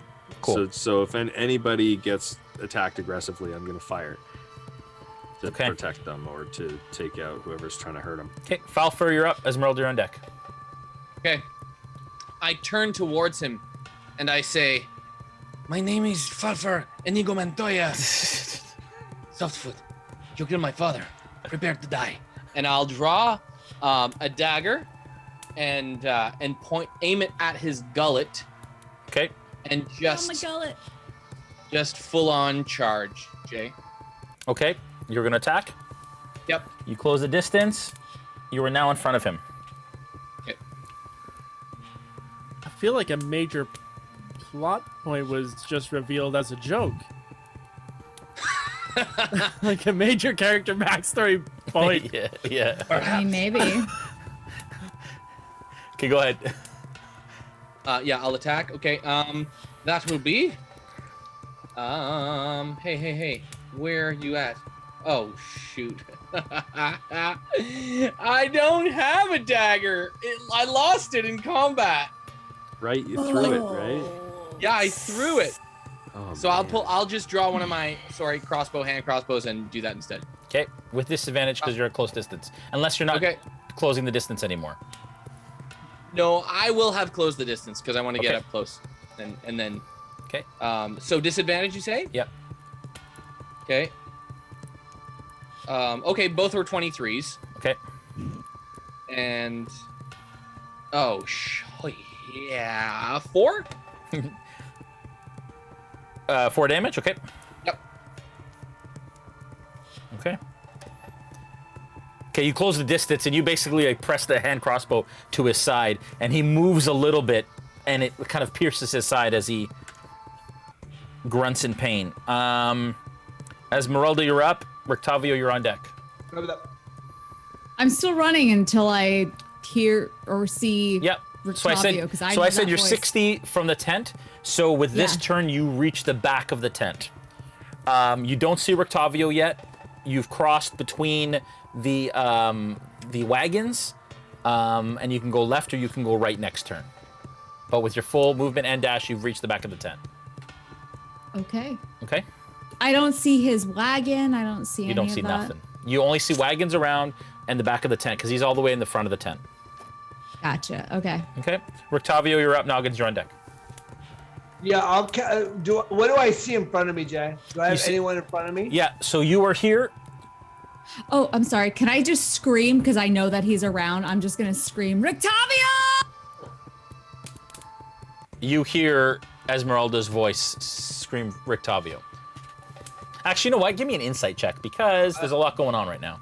There's a lot going on. The bloodthirst said roll the 4. Yeah, you hear a scream, but you don't recognize where it came from. You don't know if it was inside the tent. I am famous.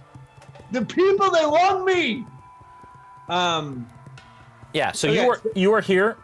You see the basically the opening of the tent here, which has basically like a bonfire in front of it, and you see action happening just past the bonfire with the saber-tooth tiger as it's fighting a bunch of Vistani. Just beyond it, you see a post in the middle of the tent, and you see a teenage boy standing at it. He's tied to it, and he's got gashes across his back, as if he's been whipped recently. That is why these people will pay. Yeah. Do I see Felfer in combat or no? You see Felfer just ran out of sight behind the tent. Okay, understanding that he is arts of death, I'm going to let him go, and I'm going to cast Flaming Spear, and I cast that at 4th level. And so what happens, Jay, is I cast that, a 5-foot ball of fire appears in 60 feet. I can put it anywhere within 60 feet, and I can slam it into people. So as my tiger's attacking, I'll do like, I'll cast it so that it's like a flanking. I know flanking doesn't really work anymore, but I'm gonna flank whoever my saber-tooth tiger's attacking. So they don't have any defenses. Okay, I have a flaming sphere here from WizKids. Nice. Thank you, WizKids. Okay, and so and it does it just apparate or appear in the space that you want it to be? It appears in the space I want it to be. Okay. And it's 4d6 of fire damage, save for half. Okay. And where do you want it? So there's a Vistani here, a Vistani here, and there's like 3 Vistani around the saber-tooth tiger. I know it's probably hard to see. It's hard to see, but I'll take whichever one. It's hard for me to tell, so I'll take whichever one's closest to the boy. To the what? Sorry. To the boy tied up. Okay. All right. So whoever wanted to kill that child. Yeah. He's gonna pay the price. Right in here. Actually, there's 2 of them that are adjacent. So do they both take damage? Well, it's a 5-foot. It's a 5-foot sphere. Yeah. So, yeah, if it's possible. And if they're adjacent to it, they take damage. It doesn't necessarily say that, but I'm gonna say yes. What? Can you just read the spell real quick? Yeah. Concentration up to a minute. Any creature takes 2d6 fire damage on a failed save, or half as much on a successful one. It doesn't say anything. It's a 5-foot diameter. So if they're within 5 feet, any creature ends its turn within the 5 feet of the sphere. Okay. Must make dex save. So Okay. yeah. So if they're both within the 5 feet, they both have to make the dex save. Okay. At the end of their turn. At the beginning of their turn. Yes, at the end of their turn. At the end of their turn. Okay. Cool. Okay. So therefore, I will wait till after they swing. So I will hold my action till after they attack to make sure that they're in that 5-foot radius. Okay. Interesting. Okay. I like it. So you're not going to cast it just yet. You're going to ready that until they attack. Ready the action till after they attack. I like it. While they attack. Yep. Okay. Noggins, you're up. Dimitri, you're on deck. So did Sterling move? Sorry, I kind of. Yes, he moved, but he moved and he caught up to Ezmerelda, but then she's moved ahead. He only spent his full movement. You were right beside him, so he's gone. He actually caught up with her, so it was only 30. So he's 30 feet ahead of you. Okay. I'll use my movement to catch up to him. I'll be slightly in front of him because I have 35 feet right now. I'm just hearing a lot of stuff. I don't think Noggins even knows what's going on. He sees Ezmerelda. Well, he saw Ezmerelda. She yelled. Yeah. He's just gonna say, Are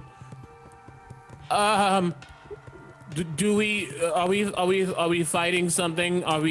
What happened? And I'm going to hold my action. I'm assuming Sterling's going to continue towards Ezmerelda. Yeah, it looks like he's barreling forward. If it looks like he's still moving forward, I'm actually going to run past and try to get to Ezmerelda. Okay. Just to continue the motion. So you're not holding an action, you're just using your dash as well? I'm going to use my action to dash my 35 extra feet to get to Ezmerelda. You actually see that as I run, I start to do a leaping thing. Yeah. And I just leap as far as I can to get towards her. I am a jumper, if I can be. Okay. But yeah, that's what I do. With that movement, because you're 35, you're able to get to the back of the tent with her.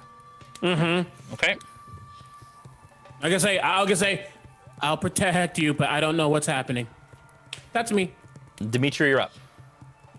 Okay, I'll just continue dashing, and I don't think I quite catch up to them, but... No, you'll move 10, 20, 30. With 30, you're beside Sterling, and then you're 30 feet from the back of the tent. Okay, then I'll dash to reach the back of the tent. Sorry, with the dash, you're 30 feet from the back of the tent. Oh, okay. Yeah. Okay. Yeah. All right. It is Vistani turns here. So they're going to attack the tiger again. That's a hit. That's a hit. That's a hit. They're really digging into your tiger here. You watch it happen, Rictavio. They shall pay. 3, 6. Okay. Do you want to control your tiger, or do you want me to control your tiger? No, you control it. You're very smart. Why, thank you, sir. And when you kill him, you'll feel the pain. I'll feel bad that I killed the tiger. Yeah. Yeah, good You point. would never kill somebody that played on the stream. You would never do that, Jay. Not more than once a season. Oh, too much blood in the water. They have now attacked, so you cast your flaming sphere beside them. Yes, that's a DC of 16, or they take. Stand by. They'll take 12 damage, fire. 12 fire damage. And they're on fire. If they don't make their save, they're on fire. Well, they're still on fire, but they're dead. As this blaze just ignites two of these Vistani, and you watch them fall dead. Nice. Okay.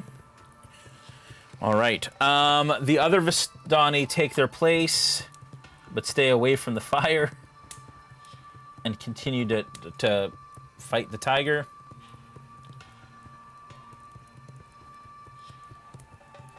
That one goes towards the front. She's going to go to the back of the tent. All right. At this point, Falfer, he is going to counterattack.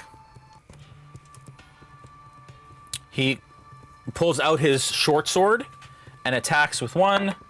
That is an 11 to hit. I'm assuming that misses. Miss. Attacks again with a 9, and that misses. Miss. You're actually too close to him, so he's trying to attack you as you kind of deke out of the way. I actually do say when he does those two attacks, I go, miss, miss. I like it. Okay.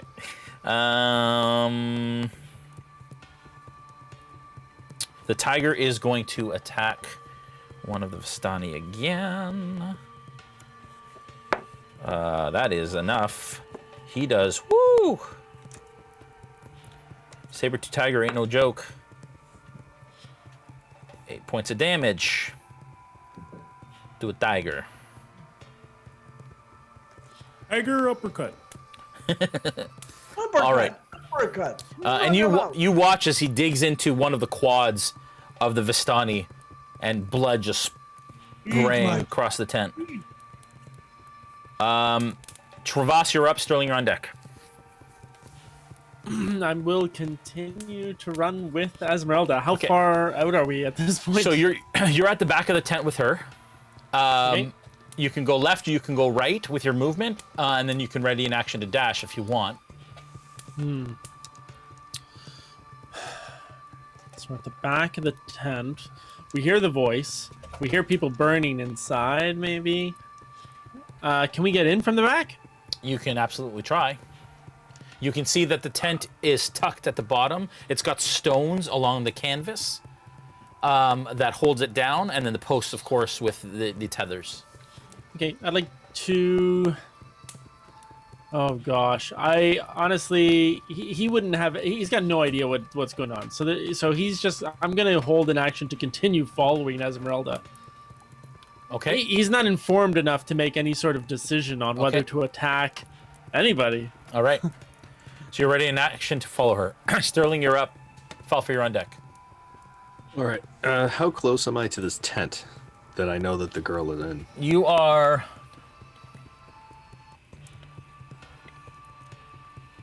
You were 20 behind. You are now 80 feet from the tent, from Ezmerelda. Okay. I'm going to use 40 feet towards Ezmerelda. Yep.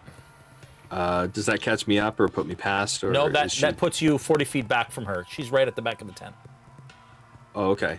Then I will dash to catch up. Okay, you are now with Ezmerelda.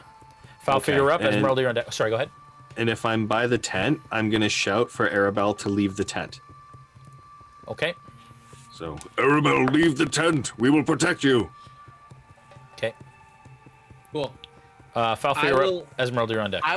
I will now use 20 feet of travel, of movement, to run away from the dude. This is my attack. Okay. I'm just moving it 20 feet away so that I can turn towards him and aim my other crossbow at his noggin, at his face, at his head. What's your armor class again? 16. Okay, as you run away, he slices with his short sword. And it misses! And he does 9 points of piercing damage as he pierces you in the side. You have to make a Constitution saving throw, please. What? But, Falfer. Oh yeah, sorry. 7. Okay, that's a 17. It's a 16. No, it's an 18 minus 1, so it's 17. You pass. You would have taken 17 poison damage, but instead you're going to take 8. 7. Okay. 7. 7 poison damage. Okay. Cool. So you back off 20 feet. In which direction? Towards the front of the tent? Towards the back. Away from the tent, so that I can kind of see where the fighting in front of the tent is happening. Yeah. Rictavio out front. Okay. So yeah, away from the tent. And I will now hit or attempt to hit him with that crossbow. Oh, that's a 22 to hit. That's a hit. And wow, Joel, amazing. 5 points of damage. Okay. All right. Ezmerelda, you're up. Rictavio, you're on deck. Over there. You are now at the back of the tent, basically against the canvas. You have Sterling and Travas with you, and Noggins with you. And Dimitri is, what did I say, Dimitri, 20 feet back? 30. 30 feet back from the tent. So I hear commotion inside. Oh yeah, there's all kinds of, you see silhouettes, you see fire, you hear screams, you hear roars from said tiger. Can I use my dagger to just slit an opening into that tent and enter? Yep. So I'll that'll be the action that you'll take to slit the tent. Yeah. It opens up. You see what's happening inside, and as you step in, as immediately when you step in, you still have movement left. To the left, you see Luvash, who is somewhat bleary-eyed. He's got his like a saber out in front of him, and he's holding Arabelle back in the corner and shielding her. And she's crying and she's screaming. She's saying, "Daddy, keep me safe," in this back corner. I see that. There is a teenaged male tied to the post. He's currently trying to brace his foot against the post and trying to pull the rope free. And you can see that he's been gashed along his back from being whipped. You see there's a group of Vistani over here fighting a saber-toothed tiger with a 5-foot flaming sphere on the other side of them. You see that there is a slit cut on this side of the tent, and you see that there is a Vistani out in the front. That is what you see. Okay. So my evil eye ability, that's not, is that considered a bonus action? Is it? What is it under? It's under. It's probably under actions. So I imagine it's an action. It's under other. It's in the same realm of curse and evil eye and arcane recovery. Hang on one sec. Let me just look it up. I think it's an. I think it is an action, so I think we'll have to wait. I imagine it would be. I have your sheet up here. Yeah, Evil Eye is an action, as well as Curse. Okay. Okay. I think I'll have to wait then. Okay. All right. So that is your... Do you want to move any further into the tent? I mean, at this point, I will move as... I'll move in front of where the little girl is. Like, to be in between where the tiger and she's standing. Okay, so you want to kind of move out here. Yeah, in that, yes. Okay. All right.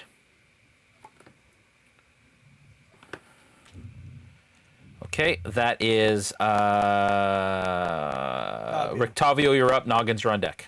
How many Vistani are in front of me? How many treacherous heathen-like Vistani are in front of me? Through the opening, you're able to see two of them that are fighting your saber-toothed tiger currently, because the opening is just like this. Great. So Jay, just remember last round I held off until they attacked. Yes. Yeah. That resets my my niche, right? What do you mean? Don't I then go when they go? Yeah. So you already did that last turn and you damaged them.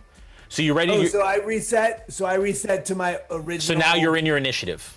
Oh, good. Okay, so I'll attack. I'll catch Scorching Ray. Okay. Which is 3 rays. So the first one's a critical hit. Woo. Okay. Second one is a dirty 20. Yep. And the third one is a 12. Okay. All of them hit, but the 12 hits as well. Oh, they all hit? Yeah. Oh, wow. Okay. So I'll for the you said one was a natural 20? Yes. Yeah. So maximum on the first dice and then roll the second dice for damage. Okay. Nice. So it's 12 plus so it's 17 fire. Is this on 3 different targets? Yeah, there's 3 different rays. So I'm going to try to 17 will hopefully drop the first one. Yeah, so 17 absolutely drops the first one. Great. So I'll move the second ray over the other one. Okay. So that's a 7 fire. And the third one is a 7 fire as well. Okay. So it's 14 fire on that one. Yeah, so they streak out and just ignite on these. Sorry, is that way too loud? My apologies. I know, I love it. I want it louder next time. Okay, so yeah, so you see one of them just combust as he kind of falls in an ashy husk. The other 2 you hit square in the chest, just over the shoulder of your saber-tooth tiger. Okay, I also as a bonus action, I get to hurl my flaming spear at someone. Okay. So who do I see in front of me? So you see that there are 2 here that are fighting your tiger still. You could move it over here if you want. Without a doubt. Just I'm going to try to put it between the 2 of them. Okay. You can't put it between the 2 of them. They're head to head, but you can put them behind them so that it. I'll just immediately take it and hurl it across the room. Okay. You have to make a save. I can move it 60 feet, so they have to make a save of a 16 for half damage. Okay. And I cast that at 4th level. Those are both failures. Nice. Oh, terrible roll. 11 damage. To both of them? Yeah, well, I can only hit one. You you vaporize that one. Nice. And I say to the saber-tooth, do your work, my love. Do your work. I love it. All right. Noggins, you're up. Dimitri, you're on deck. So now that Ezmerelda gets cut a hole in this tent. Yeah. And has gone through, correct? Yes, correct. Noggins goes through as well. Okay. You see what I mentioned to her? Importantly, Luvash and Arabelle are like backed up against the wall, like a corner. Yeah. You see them in the back corner here. And where's and okay, there's okay. I see a saber-toothed tiger. Does it look like? It looks like they're more scared than anything. Yes. Well, he is defending her with his saber out, but you can see he's kind of wavering as he's been drinking. But she's screaming in his arms. And what? And my apologies. What is Ezmerelda doing? Ezmerelda has stood in between the post and Arabelle on the side here. It seems like she's trying to protect Arabelle as well. Ezmerelda, what does it seem like? Muted. Yes, very much so. Gotcha. Protecting Arabelle. That's what I need to know. And then I hear Rictavio and this tiger going wild right now. Great. I look over. I look over at the tiger. Okay. And I say, "This is not good." And I take my sickle and I slash through the air. A wave of magic energy goes over to the tiger. It needs to make a wisdom saving throw. Okay. Do I see that? What's the DC? 17. You said wisdom, right? Yes. It fails. It is polymorphed into a cat, a small, very small cat. Okay. Like a kid, yeah, like a kitten. I love it. Okay, so so you're watching Rictavio as it is polymorphed, bloop, and a little kitty cat, which I have one somewhere, but I will replace it later, appears right here, where your saber-tooth tiger was. I do not like this even a little. And my steely gaze turns to you. Well, so you can't from the angle that you are, you actually don't see where it came from. You saw the direction it came from, but you don't see who did it. But you do see Ezmerelda in that area. Oh! So give me an insight check, please. An insight check, yeah. Oh, 19's a 27. Okay. With a 27, you know that it came from somewhere beyond where Ezmerelda is. I scream, Ezmerelda! Protect yourself! I finish my movement getting to Ezmerelda. I look at Arabella, who I saved, and I like nod and I look back and say, and now I really looked, what is going on? That's my turn. Okay. Dimitri, go. Okay. So I guess the rest of my movement to reach the tent. Yep. And looking inside. Yep.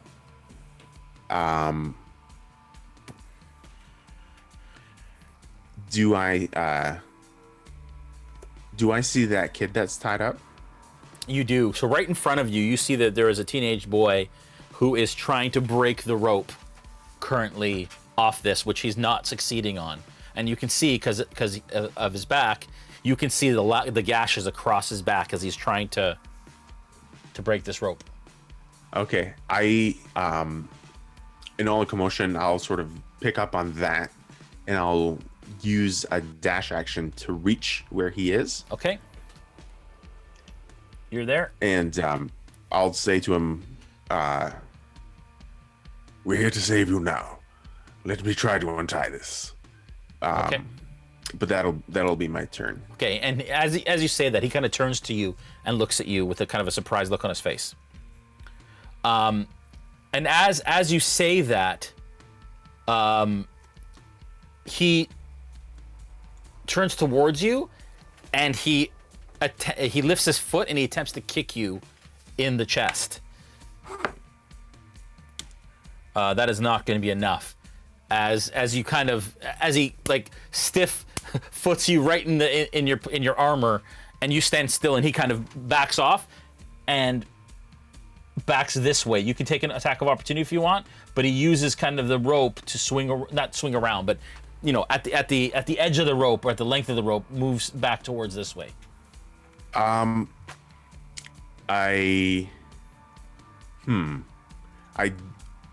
not going to attack I see he's still bound, and I'm just going to kind of let him twist around. Yeah. Okay. At this point, Rictavio, from behind you, you hear wagon doors open. As 3 Vistani pour out of the wagons behind you and close the distance. Now you have your guardian here. Absolutely. But it has to move on your turn, correct? It acts on your turn? Or what's the... Yeah, there's rules... I think it's within, if you get within 10 feet of it. Let me look it up, but go ahead. Yeah, any creature hostile that moves within space of 10 feet of the Guardian for the first time on a turn must succeed on a Dex saving throw. Natural 20. That's only a 9. And that's a natural 1. So 2 failed, 1 succeeded. Okay, so 1 succeeded takes 10 radiant damage. The other 2 take 20. Sorry, the one that succeeded takes 10. The ones that failed take 20. Correct. Wow. As my past son, with his wings of glory, does his radiant damage. And as they kind of come through, he basically swings around 3 swipes, and the one disintegrates just like as he's moving through with this energy, and the other 2 end up falling to a knee, just basically blood pouring from gashes from this spiritual guardian behind you. Reckoning. This one is going to turn, realizing what's going on and that it's a kitty, is going to, this one is going to run around the sphere, 5, 10, 15, 20, and just behind you, Ezmerelda, you watch as one of the Vistani kind of hug the tent wall and run past and stand in front of Luvash, protecting Luvash and Arabelle back here. The one looks back across the tent from the front in the direction of Luvash, and their eyes kind of meet with Arabelle and him, and he shakes his head like this, like, no way, I don't want this, and runs out the front of the tent. And Rictavio, you see as one goes 5, 10, 15, 20, 25, 30, 5, 10, 15, 20, 25, 30, and just keeps going. Past the wagon. He's bugging out. Falfer, he is going to close the distance. And he is going to attack.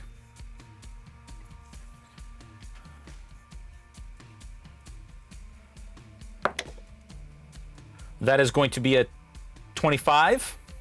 That hits. And the second attack is going to be only a 12. Miss. Which does not. You take 7 points of piercing damage. I'd like you to make a Constitution saving throw again. Okay. Oh my dear goodness. That's a 3. You take 29 points of poison damage. As you feel this warm liquid sear the wound as it enters your gullet. As I go down, Jay, I'll say the words, "Surrender now, or I will kill you myself," and I fall to the ground. Very good. Your gullet is taking a beating today. Here, I'll just replace you with prone Falfer. So nice to play with you again, though. Farewell. Give me a perception. Actually, you know what, Rictavio, you see this happen. Because, I do? Yeah, because of the angle, you're here. Falfer's over here. You see Falfer go down at the hands of some sort of one of the Vistani assailants with a short sword in his hand. Okay. Great. Okay. Luvash is readying an action. This Vistani is defending him, And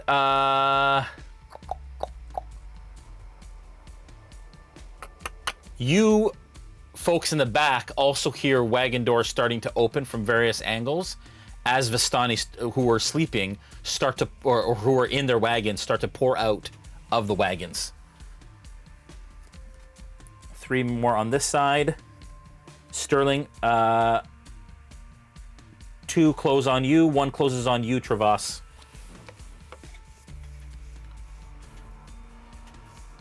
Sterling, that's a 16. I'm assuming that doesn't hit. 20, dirty 20. Nope. AC 23. Yep. For me. As their scimitars clink off your hide.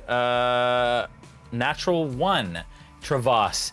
As the 1 goes to stab at you, you move out of the way and it stumbles into the tent and through the tent wall. Like basically whoosh, and rips the tent canvas as he falls prone inside. Saber-tooth tiger is going to, is a cat. It turns around and it goes out to meet you, Rictavio, and kind of like walks out sheepishly out to your feet and looks up at you. Oh, sweet creature! Oh, beast of reckoning! What have they done to you? Travas, you're up. Oh, be vanquished! Travas, you're up. Sterling, you're on deck. How far away from me did he fall? Did he fall? Like, am I going to get an attack of opportunity on me, or is he tumbled enough away from me? He's tumbled right in front of you, but inside the tent. So he's within striking range, melee range. So he could hit me if I try to leave. Okay. He's prone, so no. Okay. I'm gonna say no. He doesn't get into. Yeah. So looking inside the tent and kind of surveying the situation, because now there's 2 holes in front of me. Yeah. And seeing Ezmerelda kind of standing between those 2, like protecting the girl still. I'd like to move around the back of the tent to the corner where she's standing. Okay. So you're gonna through move the outside over to this side. Yeah. Okay. And with my dagger in one hand, my short sword in the other, I will use my dagger to cut open the tent. Okay. Where I believe she is. Okay. And I will poke my short sword and my face through the hole. Okay. And I will say, you're free to go again, but you owe us one. Okay. And I will step back and let them make their way out of the tent. Give me a persuasion check. 19. Okay.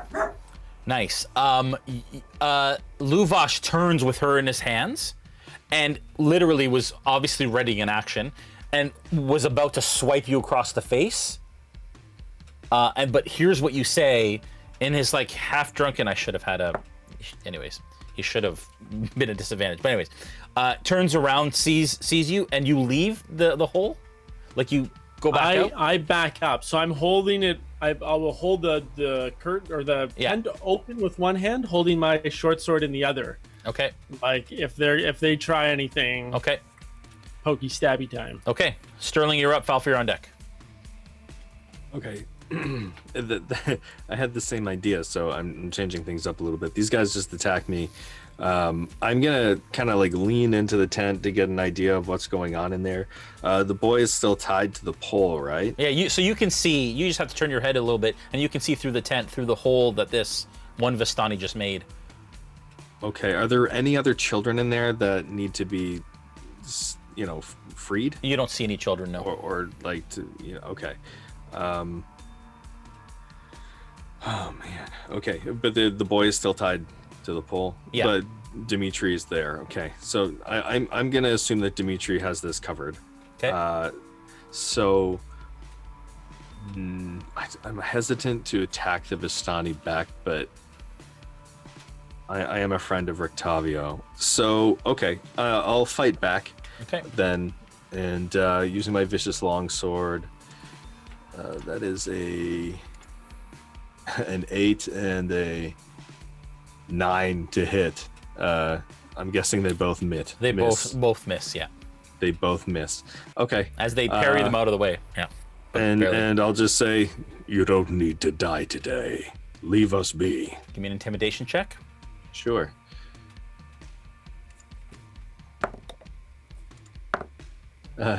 Two. Okay. All right. These dice. You got to are do not it in working Sterling today. boy's voice. Yeah. Falfer, You you're don't up. need to die today. Falfer, you're up. Esmeralda, you're on deck. Oh, Falfer, Okay, yeah, I'm that's a going- death save. Yeah, I'm gonna spin on the Mithril Armory Death Save spinner. The spinner takes like 15 minutes. It doesn't. It only takes about 30 seconds, but I get to. I'm not feeling. No, you're unconscious. Very good. I'm unconscious, so Thank I'm you, not Jay. saying. I'm saying all of that in my unconsciousness. As your And spirit that is a slightly that is drifts away from your body. Yeah. Oh, that's a crit fail. Oh no! Thanks, Mithril Armory. This is a prototype. You don't die on a crit fail. You just get 2 bad ones. That is 2 fails. Automatic fails. Yeah, don't fail anymore, okay? So Dave, should we just throw these products out the door, or? No. That is 2 Maybe you fails spun for it wrong. Falfer. Esmeralda, you're up. She's dying over there. I want you to know I've come to play every week. You're muted, Yeah. I think, Esmeralda. Somebody has to go. I was. So I had wanted to cast Animal Friendship on this kitty cat and make sure it's safe. I'm not sure where it's headed, so I'm following it out towards the front. Yeah. Does this flaming sphere remain there, Matt? Well, I have to move it on my turn. Okay, so it remains where it is. Burning in the middle of the Okay. room, yeah. So 5, 10, 15, 20, 25, 30 puts you to the opening of the tent, Ezmerelda. As you look out, you see the kitty cat sitting, looking up at Rictavio. Do I see Rictavio? Yeah, he's standing there. He's got 2 Vistani. He's kind of turned, and he's got the visage of Erasmus, and you recognize Erasmus with these dragon wings out behind him, protecting Rictavio. And in that moment, it clicks for you. Hello. What do you do?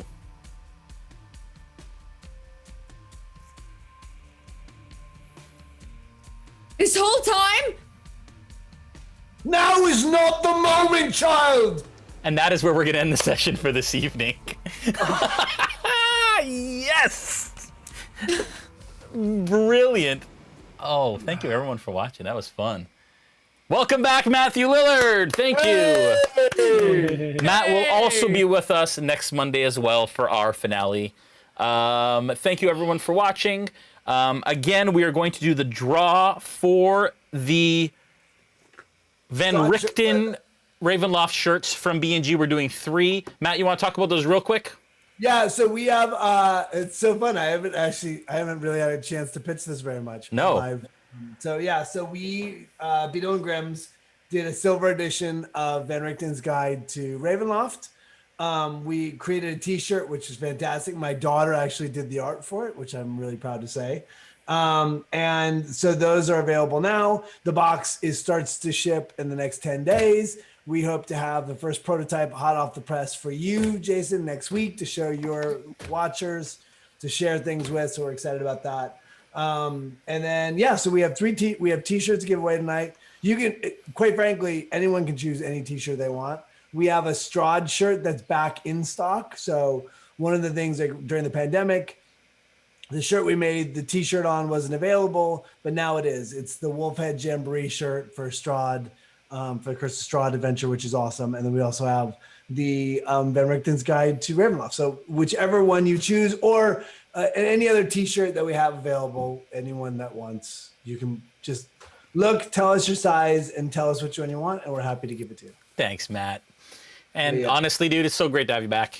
It's been way too long. You know, I said it. I mean, I sat and watched the entire hour and a half, and I was like, I loved it. I love seeing the characters I love. I don't know Noggins yet, but Omega Jones is one of my favorite people to play with. So it's nice to be back, and it's nice to see you guys. And now we're mortal enemies.